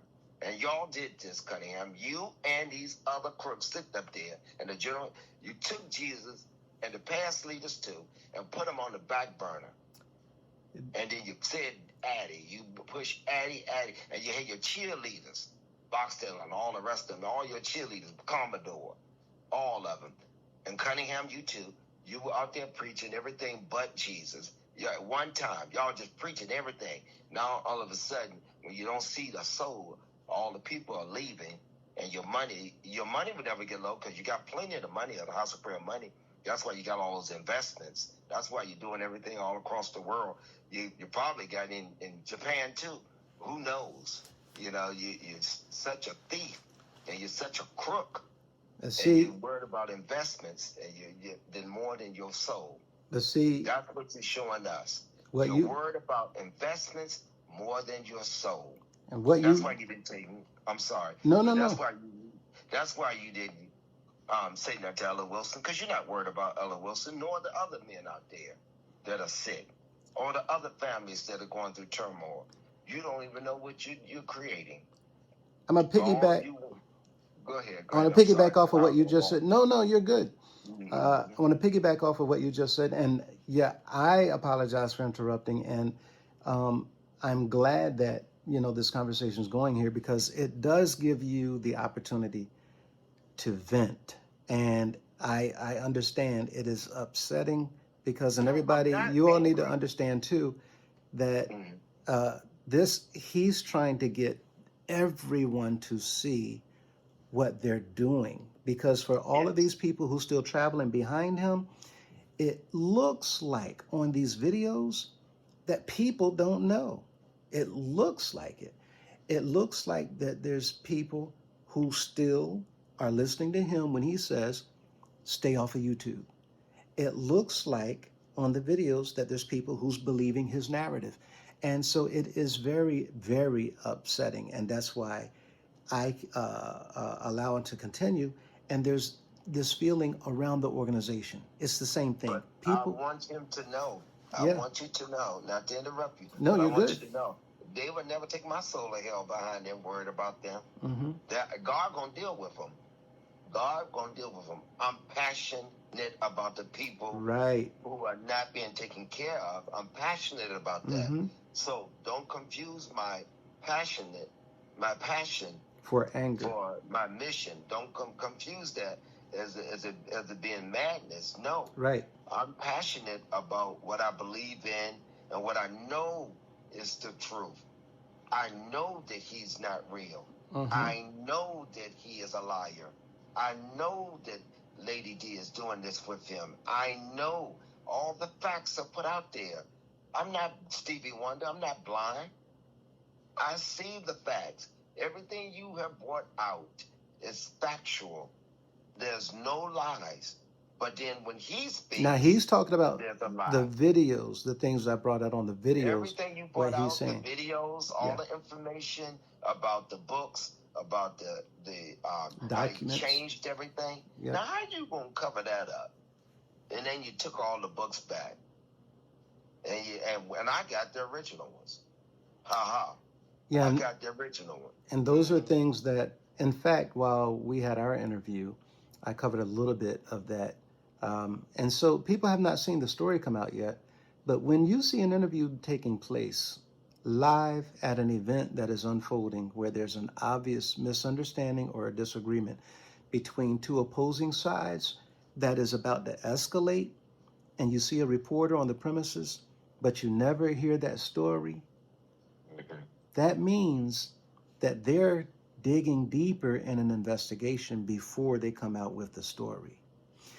And so there has not been a release of a story as of yet. Nobody's heard anything about the news reporting on last weekend. That's because if you don't see it, they're still investigating matters, looking at how to bring this information forward, because they have to protect themselves from a lawsuit True. in the event that they do report things that's not accurate. So they're taking their time, and they Yeah. will be bringing forward some type of story. I don't know when, but they're getting their things together. They're lining up their ducks and getting their eggs set in a row. And listen, and then what about Cunningham talking about, I wish all these different news reports were there? No, you don't. You don't know what you're The saying. people now know that that was a lie also. That was a lie. And that's Because what you Brother didn't Perry do had brought nothing. out in the Yeah. video, him and my wife. Two things, in fact. He brought out the fact that you have all of this clout, you have these connections, you have this entire staff, you got all this money. The House of Prayer is very, very well known. You mean to tell me you can't get people to come to represent these TV networks or the media? Exactly. He So just true. put it so. I didn't even pick up on the fact where he was going with that. And then when it hit me, I was like, oh, of course. Yes, it makes so much perfect sense. And Joshua Edwards, he made a comment online when he said, how are you calling Brother Lewis condemned and you can't save him? And that was in Charlotte. But now you're saying if he repents, you'll forgive him, to imply that you have the power to save him. Josh said he can't even keep up with his own lies. And this is what I said before.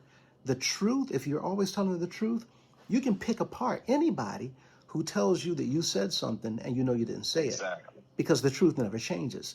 But a liar can never remember all the lies that they've told. All the lies that he told.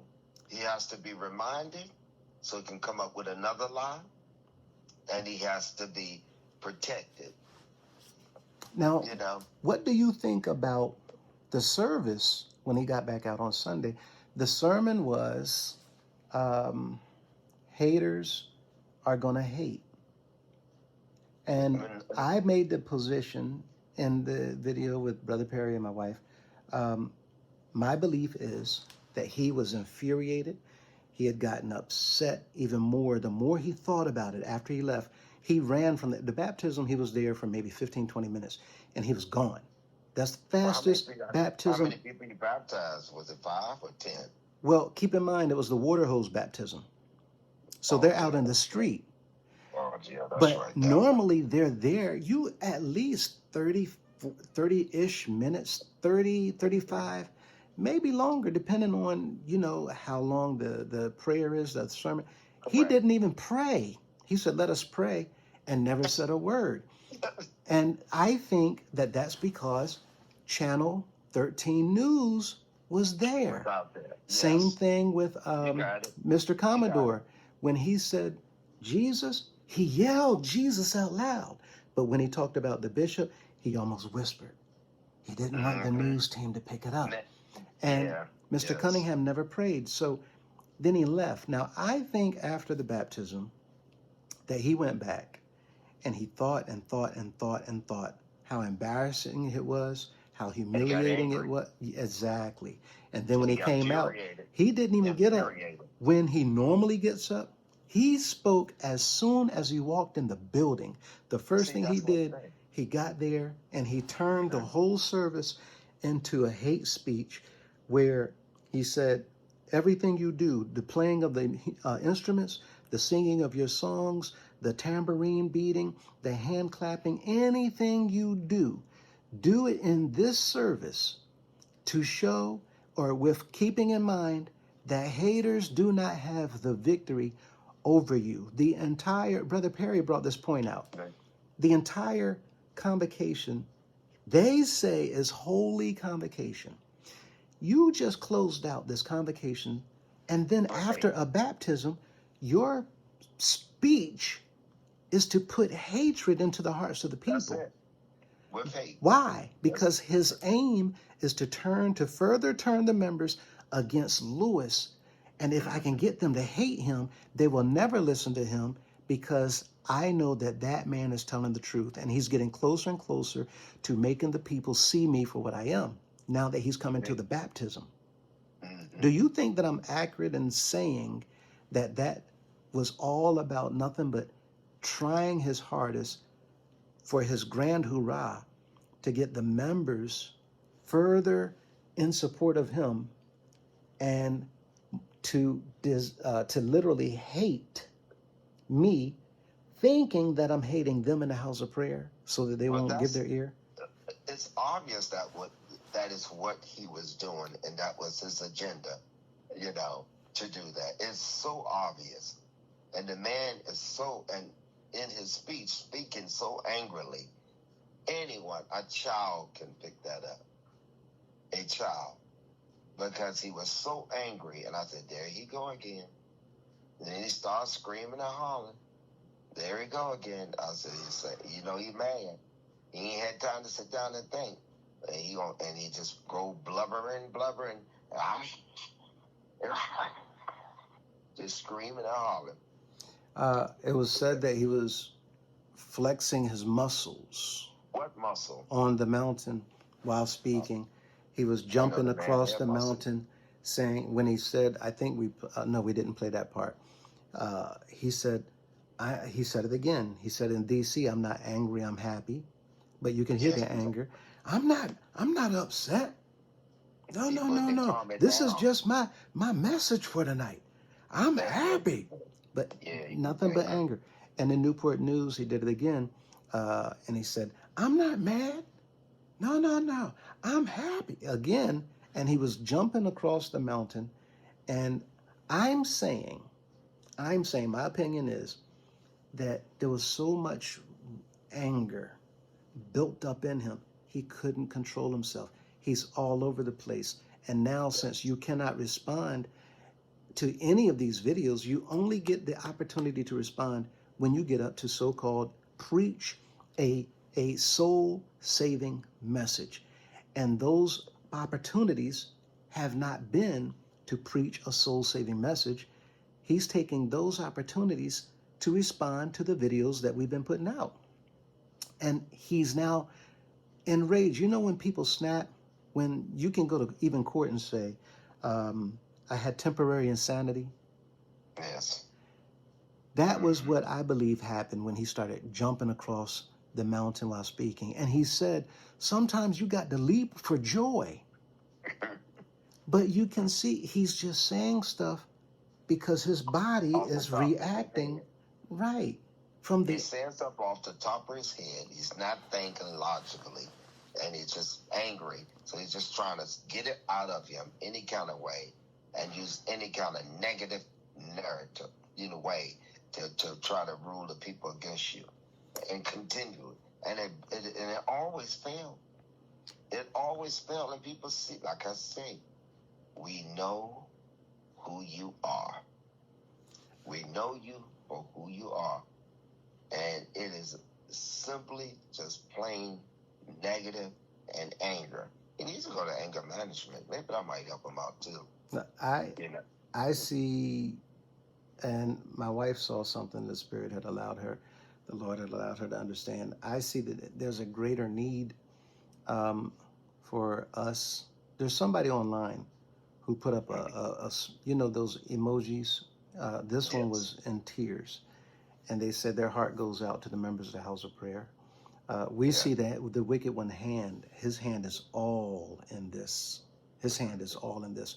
And he's doing everything he can to further divide the people. And if he can succeed at dividing people, then he wins at the end of the day. Because even if he doesn't get all the people, he'll get some. Because if we're having animosity in our hearts towards one another, then we're not doing what the gospel says. If we're angry with one another, that's fine. But the scripture says, be angry, but sin not. And if we sin out of anger, then we're not doing what the Bible says. If we are, even me, if I'm pointing out these issues because I'm trying to get back at him, somebody keep asking, and there's other individuals who keep asking, well, what has he done to you? My answer is quite simply, watch the videos.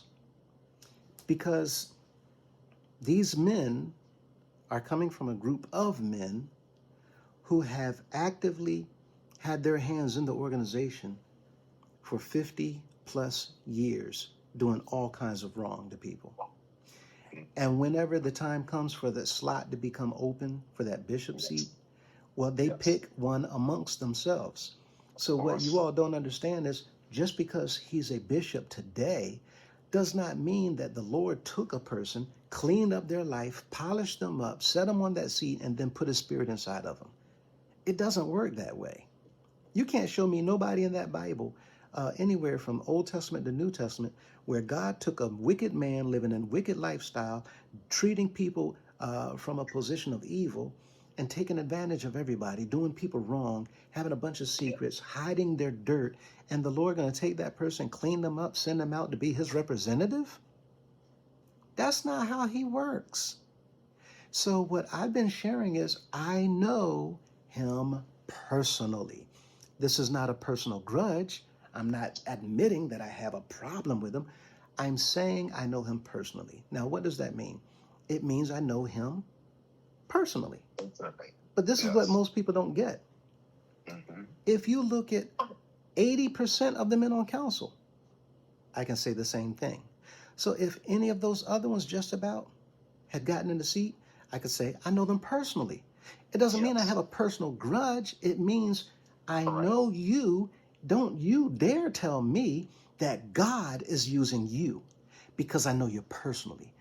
You can't Yes. take a drug dealer off the street and put him in the seat and make him a bishop and expect the people who bought drugs from them to come to them and treat them like they are the power of God. Them addicts who used to buy drugs from you, they're not going to look at you as a servant of God. Mm. They'll look at you if the Lord clean you up, and they'll look at you as a child of God. But don't tell them that you out there, and then next Sunday, now you're the head of this entire religious organization because the Lord elevated you and put the spirit inside of you to represent him on the face of the earth. No, they'll believe that God cleaned you up. They'll believe you are now serving him, but they're not going to believe that you are his spokesperson on earth. Um, Now, that does not mean that people can't be cleaned up. It doesn't mean that God can't use you. I'm simply saying you can't tell people that you are the same as what Jesus was. You can't tell people that you No. are the same as what those holy men were in the scripture that God poured his word out of. You can't say that you, with that lifestyle and all those secrets and all your dirt and all of the skeletons in the closet, and then there's people who know stuff that you're still doing even while sitting in the bishop's seat behind closed doors. You can't tell people that, listen, when people know you, people know you. And there's certain shoes you can't wear, period. So if the Lord cleans somebody up on the street, it's not because he's going to put them up at the top, but it's because he's going to send them back out to the street so that now they can be an example of what it looks like after he cleaned you up. And now you can bring other people from the street to the Lord. That's how that works. So when Jesus came to the sinners, he didn't come to the sinners to clean them up and then say that you are going to be me. He cleaned them up so that he could say, you can be as me. You can be a child of God. But don't go out after you've been a publican. Don't go out after you've been a sinner and tell people that you are God. That's the difference. The Lord can clean anybody up. But you're telling people that you are God. You're telling people that you are the Lord. You're telling people that he was reincarnated in you. You're telling people that you have the blood of Jesus. That's a whole nother ball game. And one thing's for sure and two things are for certain. God said he's a jealous God. In so much that Exodus 34:14, he said his name is jealous. And you putting yourself in his seat. So when Dwayne and I and other people show a little bit of passion, and it sounds like and look like and feel like and seem like from our body language that we're expressing some anger, well, maybe we are. But the anger is not personal. The anger is from a position of sympathy. Because I know I love you enough to be going through all of this to try to reach you to reconsider, because the doors of hell are going to be bust wide open if you don't stop and turn around. You don't want that lifestyle. The point is, or the rest of your eternity. The point is, it's time to let go. No, you cannot stay in the house of prayer as leader. No, Mrs. Madison, you cannot remain where you are. Your days of thievery and conning and bribing and embezzling and defrauding and manipulating and lying and covering and hiding, all of that is done. And if you don't see that the handwriting's on the wall, then I don't know what else to tell you. But for Dwayne to be here expressing his feelings because of the treatment that was literally demonstrated towards his brother this past weekend, it's a literal, downright shame. And that's the word he continued saying, shame on you. The hope is to reach you.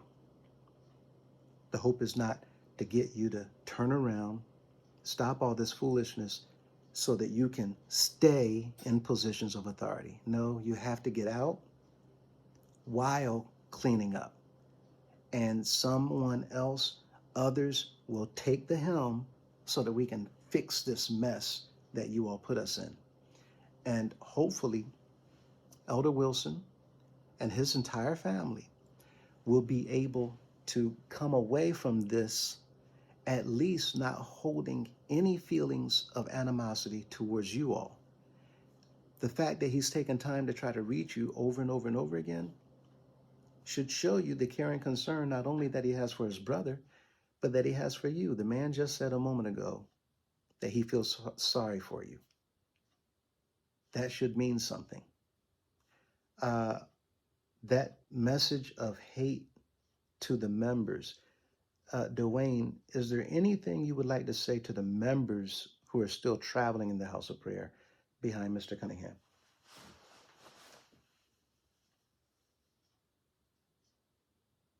Oh, can you hear me?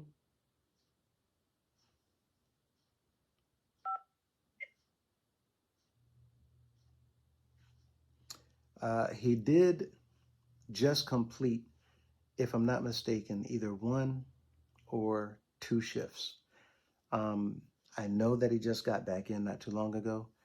He's been up since, if I'm not mistaken, again. I think we spoke last approximately going on 6 o'clock yesterday evening. And he was dealing with some things there at the job. And he went through the night and he just got back in before I had called. So I'm sure that he probably, you heard that he has his granddaughter with him. So at this time, if he's not with us, I'm going to assume that he did doze off because he does quite a bit and does pull a lot of hours. So we'll try again. Dwayne, can you hear me? Yeah. Okay. Is there anything that you would like to share with the members of the House of Prayer who's still traveling with Mr. Cunningham after hearing that message of hate? Would you like to say anything to them? I would just tell them to be very careful and be open to listen to what he's saying and to listen to watch these videos and listen to more of what you're saying behind this, because there's a motive for Cunningham. He's very easy to figure out, of what he's doing. You can figure him out easily. Yeah. And the things, and watch how he asks in his moves. You can tell a person how they are by the way they move. And his character speaks for him. It speaks for him. And I wouldn't want to be up under him, to tell you the truth. I wouldn't even want to travel or nothing near around him. I understand how he is, And like I say, when I speak, I'm not speaking with anger. When I speak, it's disappointment and how he moved. Like the weekend, what he did with my brother. How he did that. Very disappointing. Very. and we just see him for who he is. So I just ask the people to watch him. To watch him. He's cunning. He's And slick. it may not look like it, but the address he just made to the members that are still there, um, there's still more and more people turning to the videos because Yes. people don't like what they're seeing.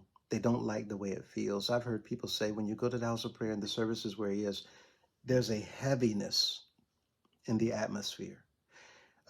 There's a lot of people, as I was saying before, that he's pushing the chairmans to try to get on those buses and get them to the services wherever he's attending, because the videos he needed to look like people are following him, Mm-hmm. but it's almost the same ones. And now, it won't be long. yeah, Now we say that, and you hear us say that in the videos. It won't be long, but really, folks, it's not long. Not long. What I'm interested in is Savannah. Savannah, Georgia's coming up. You got Greensboro this week, Columbia, South Carolina next week, and then Savannah, Georgia the week after. Savannah is supposed to be a parade. I'm not, who knows what the parade's going to look like. Memorial Day weekend parade was terrible. People, it was terrible. It was only 40 some minutes long. Yeah, how they rushed to hurry up. And, well, you know, they were pushing it to go by fast. Well, a lot of people did not participate. Mm-mm. And that's why it was so short. Wasn't a lot of people out there anyway. Can you imagine Savannah? What that parade might look like? No, I couldn't. So empty. It's gonna. I could. Empty. It's gonna be interesting because right now people have said, what their expectation of Greensboro is going to be, and the rest of this convocation season. Keep in mind, we got 5 more weeks of convocation in the House of Prayer. Yeah, they do, don't they? Yeah, they do. And that means people who did not know, who's now watching, and they're now, Mr. Cunningham is helping us so much. Yes, he is. That's what I say. Because the way he moves, what he's doing. He's driving people to watch the videos. Mm-hmm. And people left and right are saying, oh, my goodness, I never knew. And everything is so, people are writing, talking about how they've just been in tears because they didn't know. Yeah.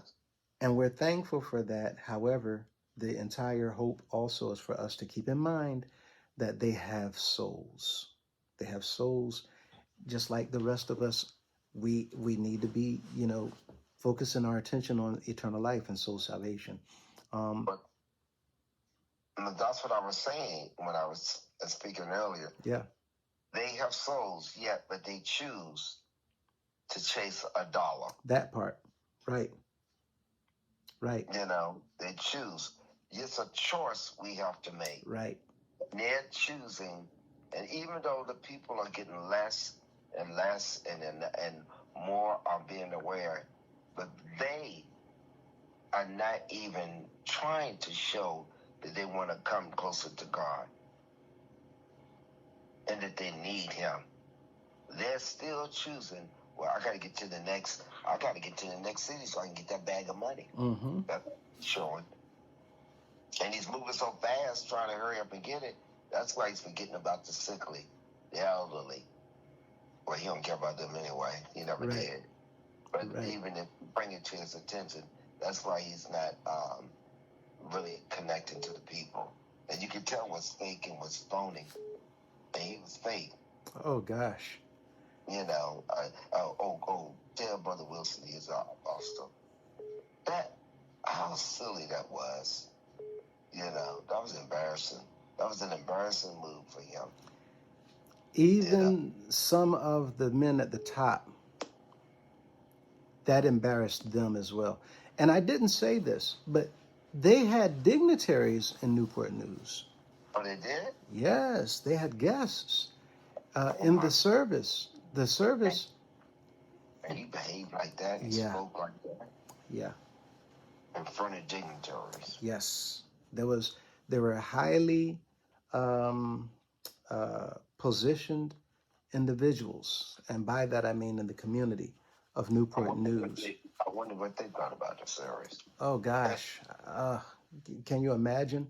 The first Yeah, thing, they're there to enjoy a service, and the first thing they see is the leader when he arrives coming in and talking about hatred. that's what I mean. And then the whole service, they're sitting there and they see all this money coming up. And I understand that he made comments talking about how pretty the maids look. Oh my God. Yeah. You don't need to be saying anything else about how pretty anyone looks. I've been telling these people, their parents, get these maids off that maid board. Y'all have no idea what's going on. When he travels, there's someone who confirmed for me when he was on the road. Um, they suspected, and somebody actually confirmed that the maids, they stay up the hall or right beside the room where he is, or across the hall. While others that's traveling in his circle, they don't stay near him. There might be positioned around, but they're not near his room. Now, people can draw their own pictures from what I'm saying, but my point is there's a history in the house of prayer involving the maids that is very, very traumatic and it's very, very dark. And again, there's people who are in line waiting for their day to express to the world the events that they went through that left them traumatized. Some of them are now, turning to controlled substances. Some of them are turning to recreational drugs. Some of them are turning to different chemical dependencies because they're trying to chase away their sorrow, their anger, as well as the memory of those horrific events that they experienced at the hands of men in high positions of this organization. Wow. Yeah. And today, we still see different things taking place and also being covered up. So, Yes. parents, keep your children near you. Keep your eyes on them. And if they tell you something's going on, you need to listen to your child because you're the only one that they can tell. You're the one that they expect to do something about it. You're the one that they're looking to bring whatever to a stop. And some of these people have grown up and said that they didn't want to do whatever, but their parents made them do whatever. Wow. Yeah, and by that I mean get on a club, get on the board. And some parents did not know what's going on, but a few of them said that certain ones did. So again, these things, they're coming to an end. And if I had my way, oh, this whole thing would have been shut down a long time ago. But the Lord, our Heavenly Father knows, God knows what He's doing. And He's not going to move when it comes to other people and their free will. He's not going to force anybody to do anything. And so, as Dwayne said, people are choosing to keep things covered up, to chase a dollar bill. And that was the temptation that the wicked one gave Jesus. If you fall down and worship me, I'll give you all the kingdoms of the earth.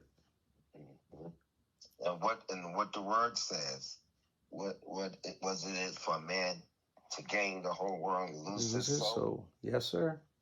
And this is what it seemed like he's going to in that direction.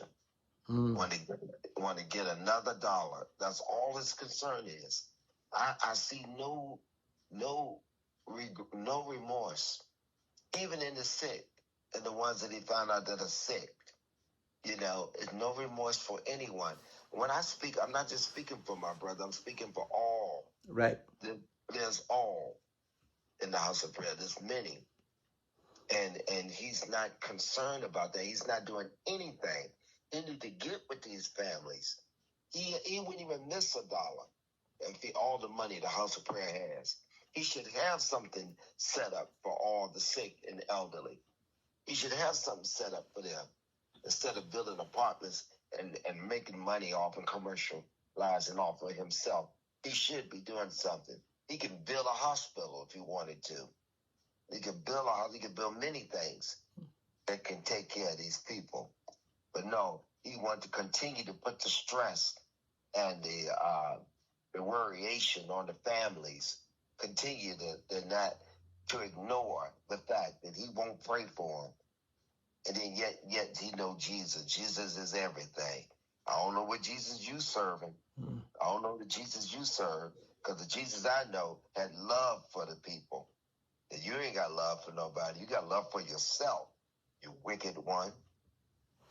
It's a shame that, it has been pushed to this, but I'll say this, and then I'll ask you if you have anything else that you'd like to share with the members or anybody for that matter. But it's a shame that it has come to this when we all in the house of prayer, we know that the people don't have a voice. The people don't have any avenue to express their issues. The people don't have any options to bring their matters forward. The people don't have any platform to have their needs addressed. The people throughout the world. Yeah, right. It needs to address and met. Right. Now addressed but met. There's something nothing about it. There's nothing. And what he just said, being met, in order to have your needs met, you have to have your needs addressed. And it's sad. What he's saying, you can't even tell anybody what your needs are, what the problems are, what needs to be resolved, because there's nowhere to go, nobody to tell. And the members know. It's like they're standing there with their fingers in their ears. Don't come to me with anything. We got to get this money. And that's all. And when people have gone to them with issues, very, very real problems, they get ignored. Nothing's done about it. And I'm telling you, this isn't They're just lied to. Yes. They're Yes. lied to. Not only not met, but they're lied to and misrepresented and then ignored. Then he runs out of the city. He runs quickly from them. He's quick in doing that. Oh gosh. To get the money, once he get the money. Yeah, once he get that money, he runs like a scared rabbit. And he runs, holding onto that paper bag. I hope he trip up on that paper bag one day. Listen, he runs with that paper bag with that money and clench that tight. But then loved ones and the elderly and the sick and the youth and all that. And the youth, he look at them for the wrong dark reasons. But I mean, that's another story. We'll come up with that one. But that man is wicked. And like I say, I'm not angry. I feel sorry for you, Cunningham. I feel sorry for you. Because you know what you are doing. But we, the Wilson family, I say this again, we know who you are and what you're about. You can hear that, Cunningham. We know who you are. So you may have disappointed us, but that's okay. We are praying people, and we have always come together and looked out for our own. And you can do something about that. You can change the narrative that you left. You can change. You can make a difference. But you choose to run the other way. And I know that because that's how you work. You choose to run to the next city. Like someone say, bounce to the next city. To grab that money. Let me ask you this. Before we close out, has there been, according to your knowledge, any improvement in the condition of Elder Wilson as of yet? To my knowledge, no. Okay. So None. we want to keep on praying, uh, viewers, Yeah. that he turn his attention to the Lord, and that the Lord has mercy in this particular situation regarding Yes. not just him, not just others in the house of Correct. prayer, but Correct. people around the world who are also going through similar situations because they simply believe somebody who lied to them while telling them that they represent God. People around the Yes. world are looking for the Lord. People around the world are seeking the truth. And the wicked one is putting people in front of them that are agents of his in order to deceive them, to lead them away from God and away from the truth, so that eventually their souls can be damned. So this is extended around the world. All of these videos are for people around the world to watch and learn from, so that they can take this information and put it to use in whatever capacity that you can. Um, and lastly, we've been seeing individual leaders of institutions being brought forward. So the good news and the takeaway from this is that we see something being done. We see Yeah. leaders being taken down. We see leaders being exposed. We see leaders being brought out into the open. We see leaders getting arrested. We see leaders going to jail, going to court. We see people and their real needs are being addressed through the system, even though it has taken so long. We have to understand that there's a benefit at the end of the day. And one of those things is no matter how long it took, at least it's coming to a close. And Yes. we've been at this now for a little while, but this organization's been here for over 100 years. So Correct. we're But we're thankful. not tired yet. We're not tired yet. Yes, sir.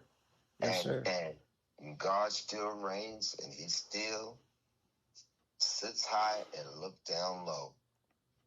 And He can change any given situation, any given. But I'm so thankful that He allowed this weekend to pass and for us to see and experience who He really is, because He was just exposed even more so. Did you notice that, Brother Lewis? I'm sorry. Every weekend and every place that he's going, he get more and more exposed. Have you Yeah, noticed that? I didn't, but I forgot. I think Buffalo, the speech that he gave in Buffalo, opening up the convocation season now, was I ain't got time for you. Mm-hmm. I'm not studying you, and I ain't got time for you. And that's the open up of a holy convocation season, knowing that everybody in the organization knows who you're talking about. Exactly. He's trying to say you, Yeah. but in the third language, but clearly now he need to do something for himself. And it progressively got worse over the weeks. Yes. I didn't pay Yes. attention until you just mentioned it. From Philadelphia to Baltimore to DC. DC is where the challenge was made. Not it wasn't even a challenge. The statement was made where he said it's cowards that put things out on the internet. Cowards use the internet. People who are too afraid to face who they're talking about. Yeah, he won't even face me. He wouldn't even face me. Mm-mm.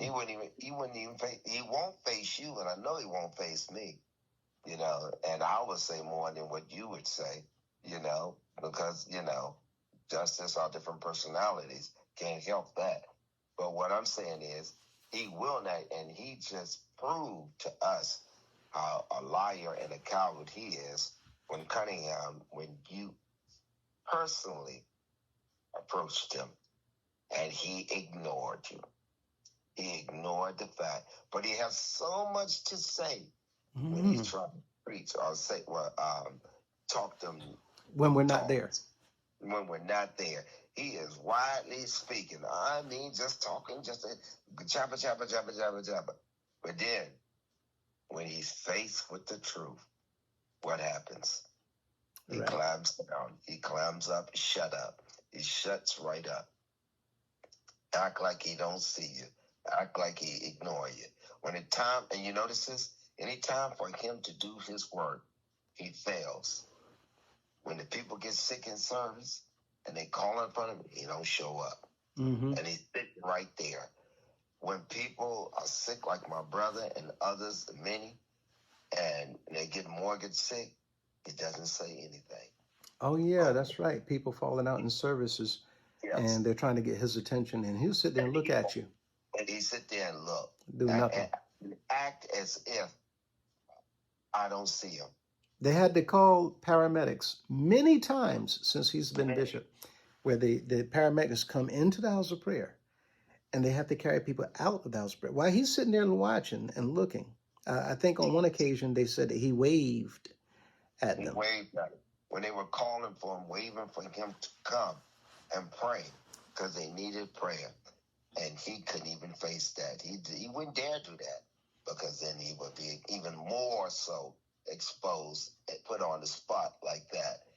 But yet, when they're not there, or when everything's going fine, that's when he become, I'm the holiest man. I can wave my hand.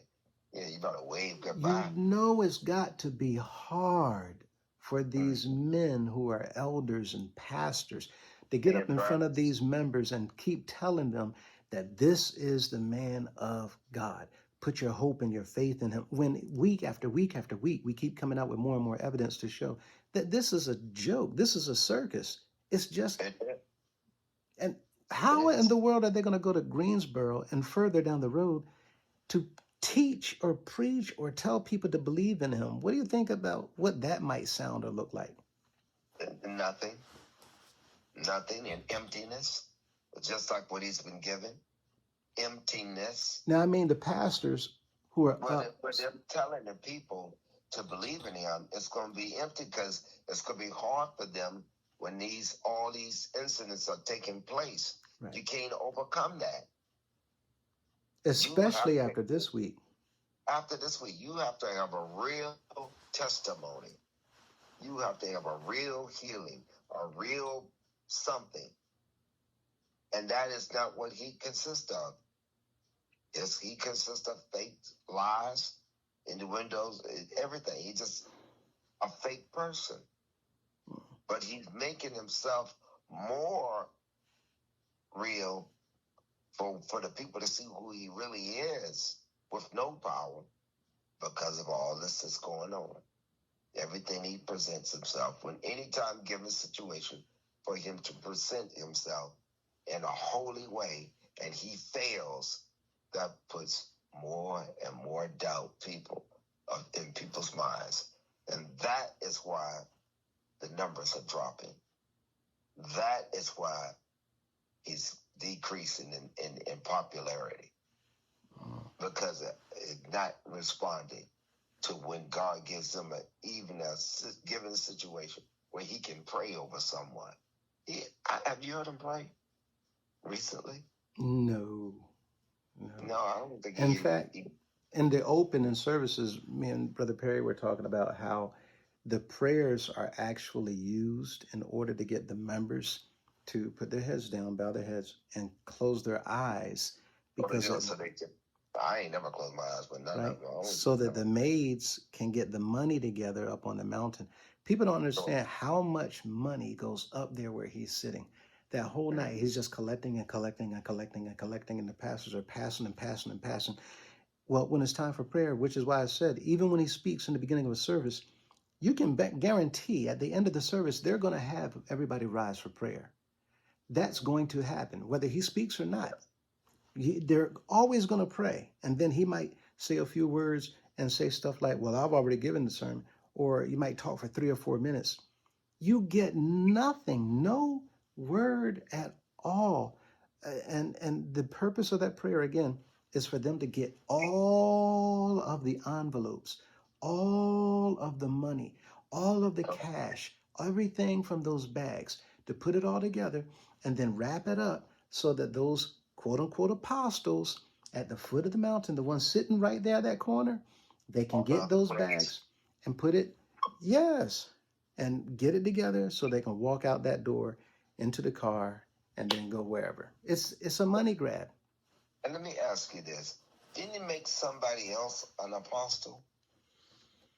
Over the weekend, Yeah, was it did somebody one of the elders he has to speak?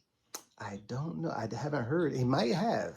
He may have, but I didn't hear that. Oh, well, I thought I heard that he had You might made. have. I haven't. I haven't even listened to all the recordings yet. Yeah, I Yeah. thought he might not have made him an apostle, but maybe I heard his name called an apostle, and that's Elder. What is that little guy's name that can sing? He sings with the band. Where he used to sing. I don't know if he can sing now, but little short guy. You know, he's been tribing with the council himself. Curtis James. Curtis James, Elder James. Oh, he's been, if I'm not mistaken, he was made. Uh, he was given that title rather Yeah, under either Mr. Madison or Mr. Bailey. probably Mr. Bailey. Um, Yeah. yeah, he jumped in and he was doing things for them. If I'm not mistaken, you could be right.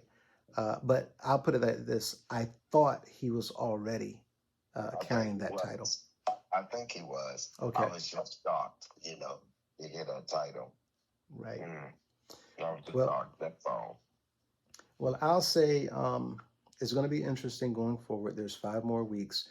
We know that the closeout is in Charlotte, and then the last date that everybody looks forward to is that Monday after Convocation Weekend. This whole thing is a bigger problem because every single week the council's sitting there in court to judge and pass judgment on other people. Don't they have their nerve? And Mr. Cunningham, he coming so that he also can pass judgment on other people. I cannot imagine how much pressure and stress. It cannot be healthy because you also have to sit in front of all these people who know all this stuff is going on, and you have to continue this facade. You have to sit there and pass rulings and judgments while, as you called it, playing church. In church. But nobody can judge you. No one can pass rule Nobody can over you. judge you or ask a question or even and you're not going to get anything from him anyway because he's too afraid. So you don't want to get too close. Lord, don't want to get too close. Even though he's supposed to be God's chosen. Oh, don't want to get too close because I might get revealed. I might have to do something. I might have to say a prayer, and I don't want to do that because I'm not made for that. Even though that's God's chosen, he keep claiming. Ooh, I tell him the lies, the lies, the lies, the lies. It is absolutely bad. But Yeah. at this time, would you like to share or say anything with your family or even those back home? They heard your granddaughter on the line earlier. Yes. Do you think she might want to say something? I don't even want her to be involved. No. And she's Keep her safe and lovable and blessed as she is. and, I don't want that name mentioned in front of my granddaughter. No way.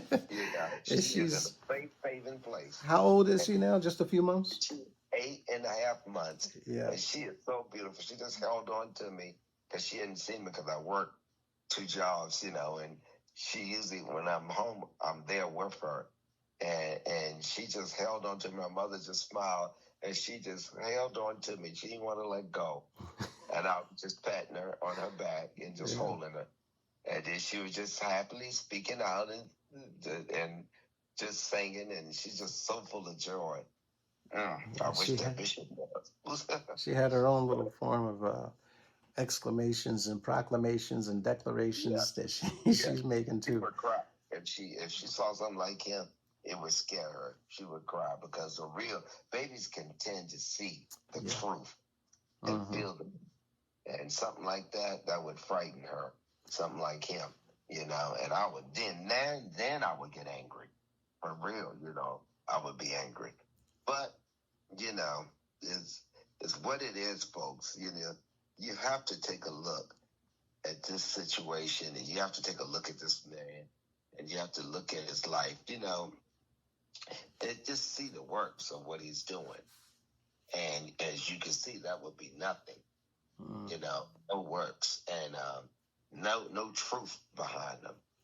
Well, And he's not denying anything.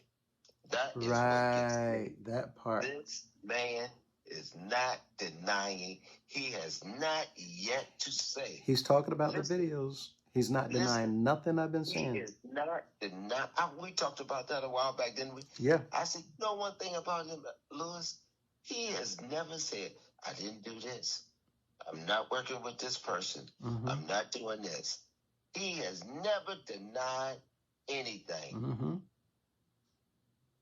He has never denied. So that is guilt all within itself. He didn't even, not once did they sing that song. Who was that? Shaggy? It wasn't me.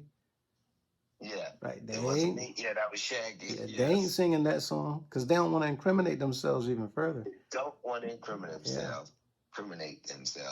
And he has never denied. So that crook is a crook. He is what he is. He's a crook. Yeah. Cunningham is a crook and he is a liar. And I'm here to tell you, I know the truth. And that is the truth. And all I can say is thank God for the more ones whose eyes have been opening and not following people. Stop giving your money. Mm. Don't give your money. Stop. Don't give your money to that man. You give him money, you're almost giving him more power. It's like giving him more power because he has no Holy Ghost power. He has no God power. He has nothing in him, no Holy Ghost power. He's a wicked man. And not just to him, but don't give any money to the pastors. Don't give any money to... If you give it to the pastors, like giving it to him. Yeah. Don't give your money to the pastors. Make your pastors accountable for what's all that's going on. Ask them questions. They'll run. They'll run. They don't want to sit down and have a conversation with you. Everything going into the house offerings. Don't give that. Don't give anything. At all. Not give anything. Stop. A lot of people have stopped working. Why do you think they stopped working? Because something is not right. And I working mean, again, money, working.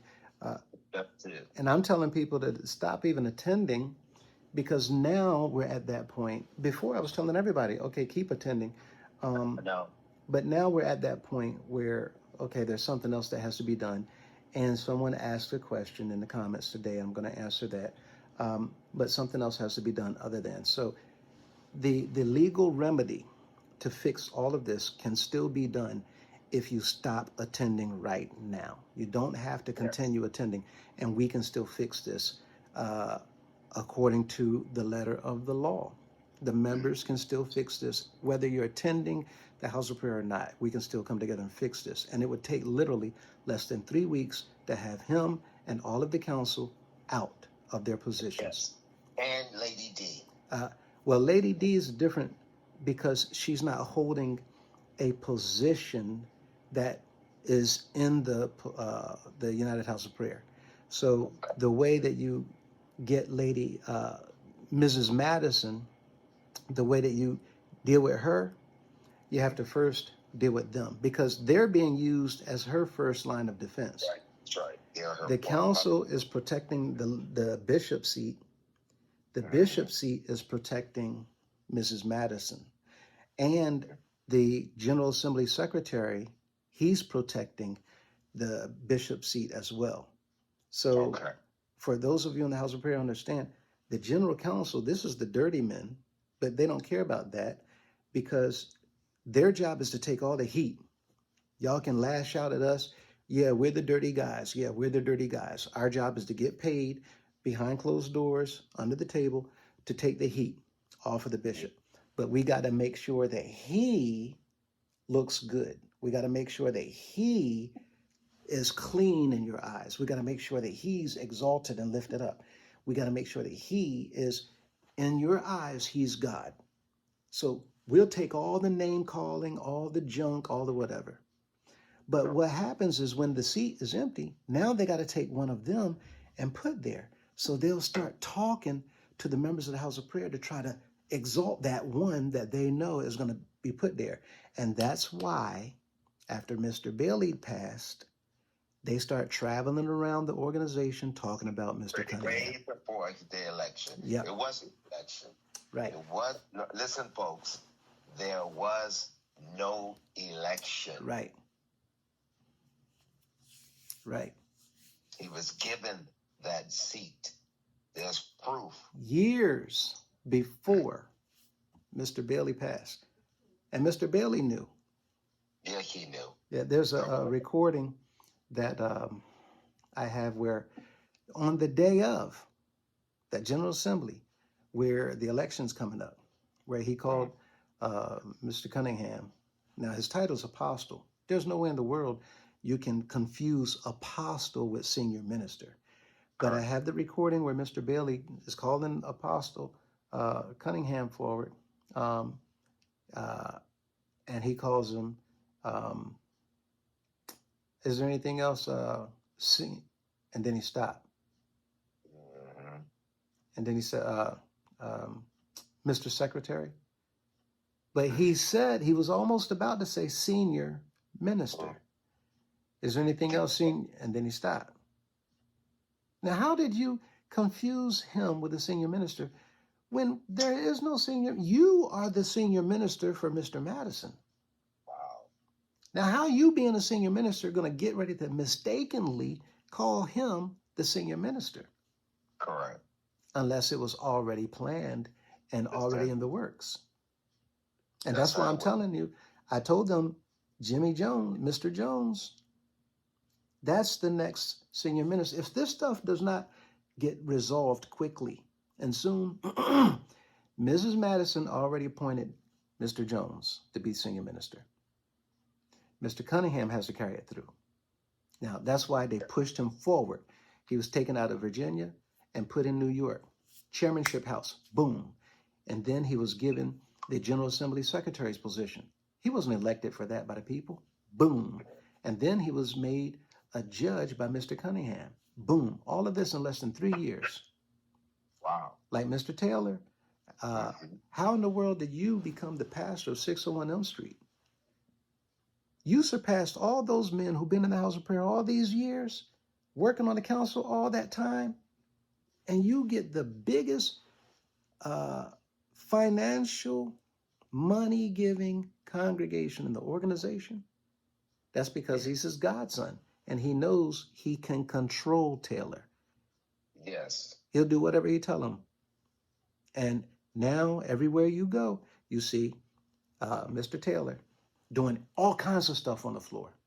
The ones they put out on the floor, those are the ones who's doing the inner workings behind the closed doors in the dark. Wow. Yeah. And that's your, what did Brother Perry, he called it okie doke. And Brother Killingsworth, he nailed it on the spot. All of this stuff he talked about, you go back to the video, he pulled all this stuff out. And he'll be back soon as well. So, sir, we thank you. We're grateful for the blessing and the addition that has been given to your family and that great big old bundle of joy. Yes. We look forward to the next time. I thank you for, She always brings us joy, even in times, of sorrow. It's something about the youth, the babies, having a brand new baby, in times of, you just tend to forget anything around you, anything that may trouble you. And you see that smile, all gums, no teeth yet. Mm-hmm. Smile and looks so beautiful. Yeah. So you can look into that, It's just something. Babies, kittens, and puppies. Yes, Lord have mercy. And this dog is very protective of it.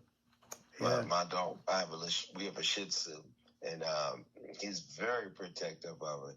He watches her, and he just watches her from afar. But if she start crying, he'll smile and making noise. Come see about her.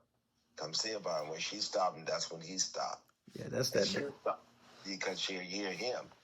Yeah, that's that dog's baby. A dog will take ownership of babies almost immediately. And again, we're grateful on our end. And for all of the other viewers and family members that have an addition to your family, or you got pets, which is why, there's this saying that dog is a man's best friend. Because when you come home, no matter who you are, no matter what you've done, no matter how messed up your life has been or how you've done whatever, even when people mistreat a dog, that dog Yes. is always there wagging its tail to welcome you home. Yes. And this one is spoiled by my wife and I. We spoil him. He is spoiled rotten. And y'all can hear the relationship that Dwayne is giving with his dog. And cat lovers is complete opposite. That cat don't care. What you can walk by, whatever. That cat just ain't. That cat saying, "I ain't got time for you." And that's only a few, but we're grateful for your time, sir, and we thank you. We look forward to the next opportunity to talk.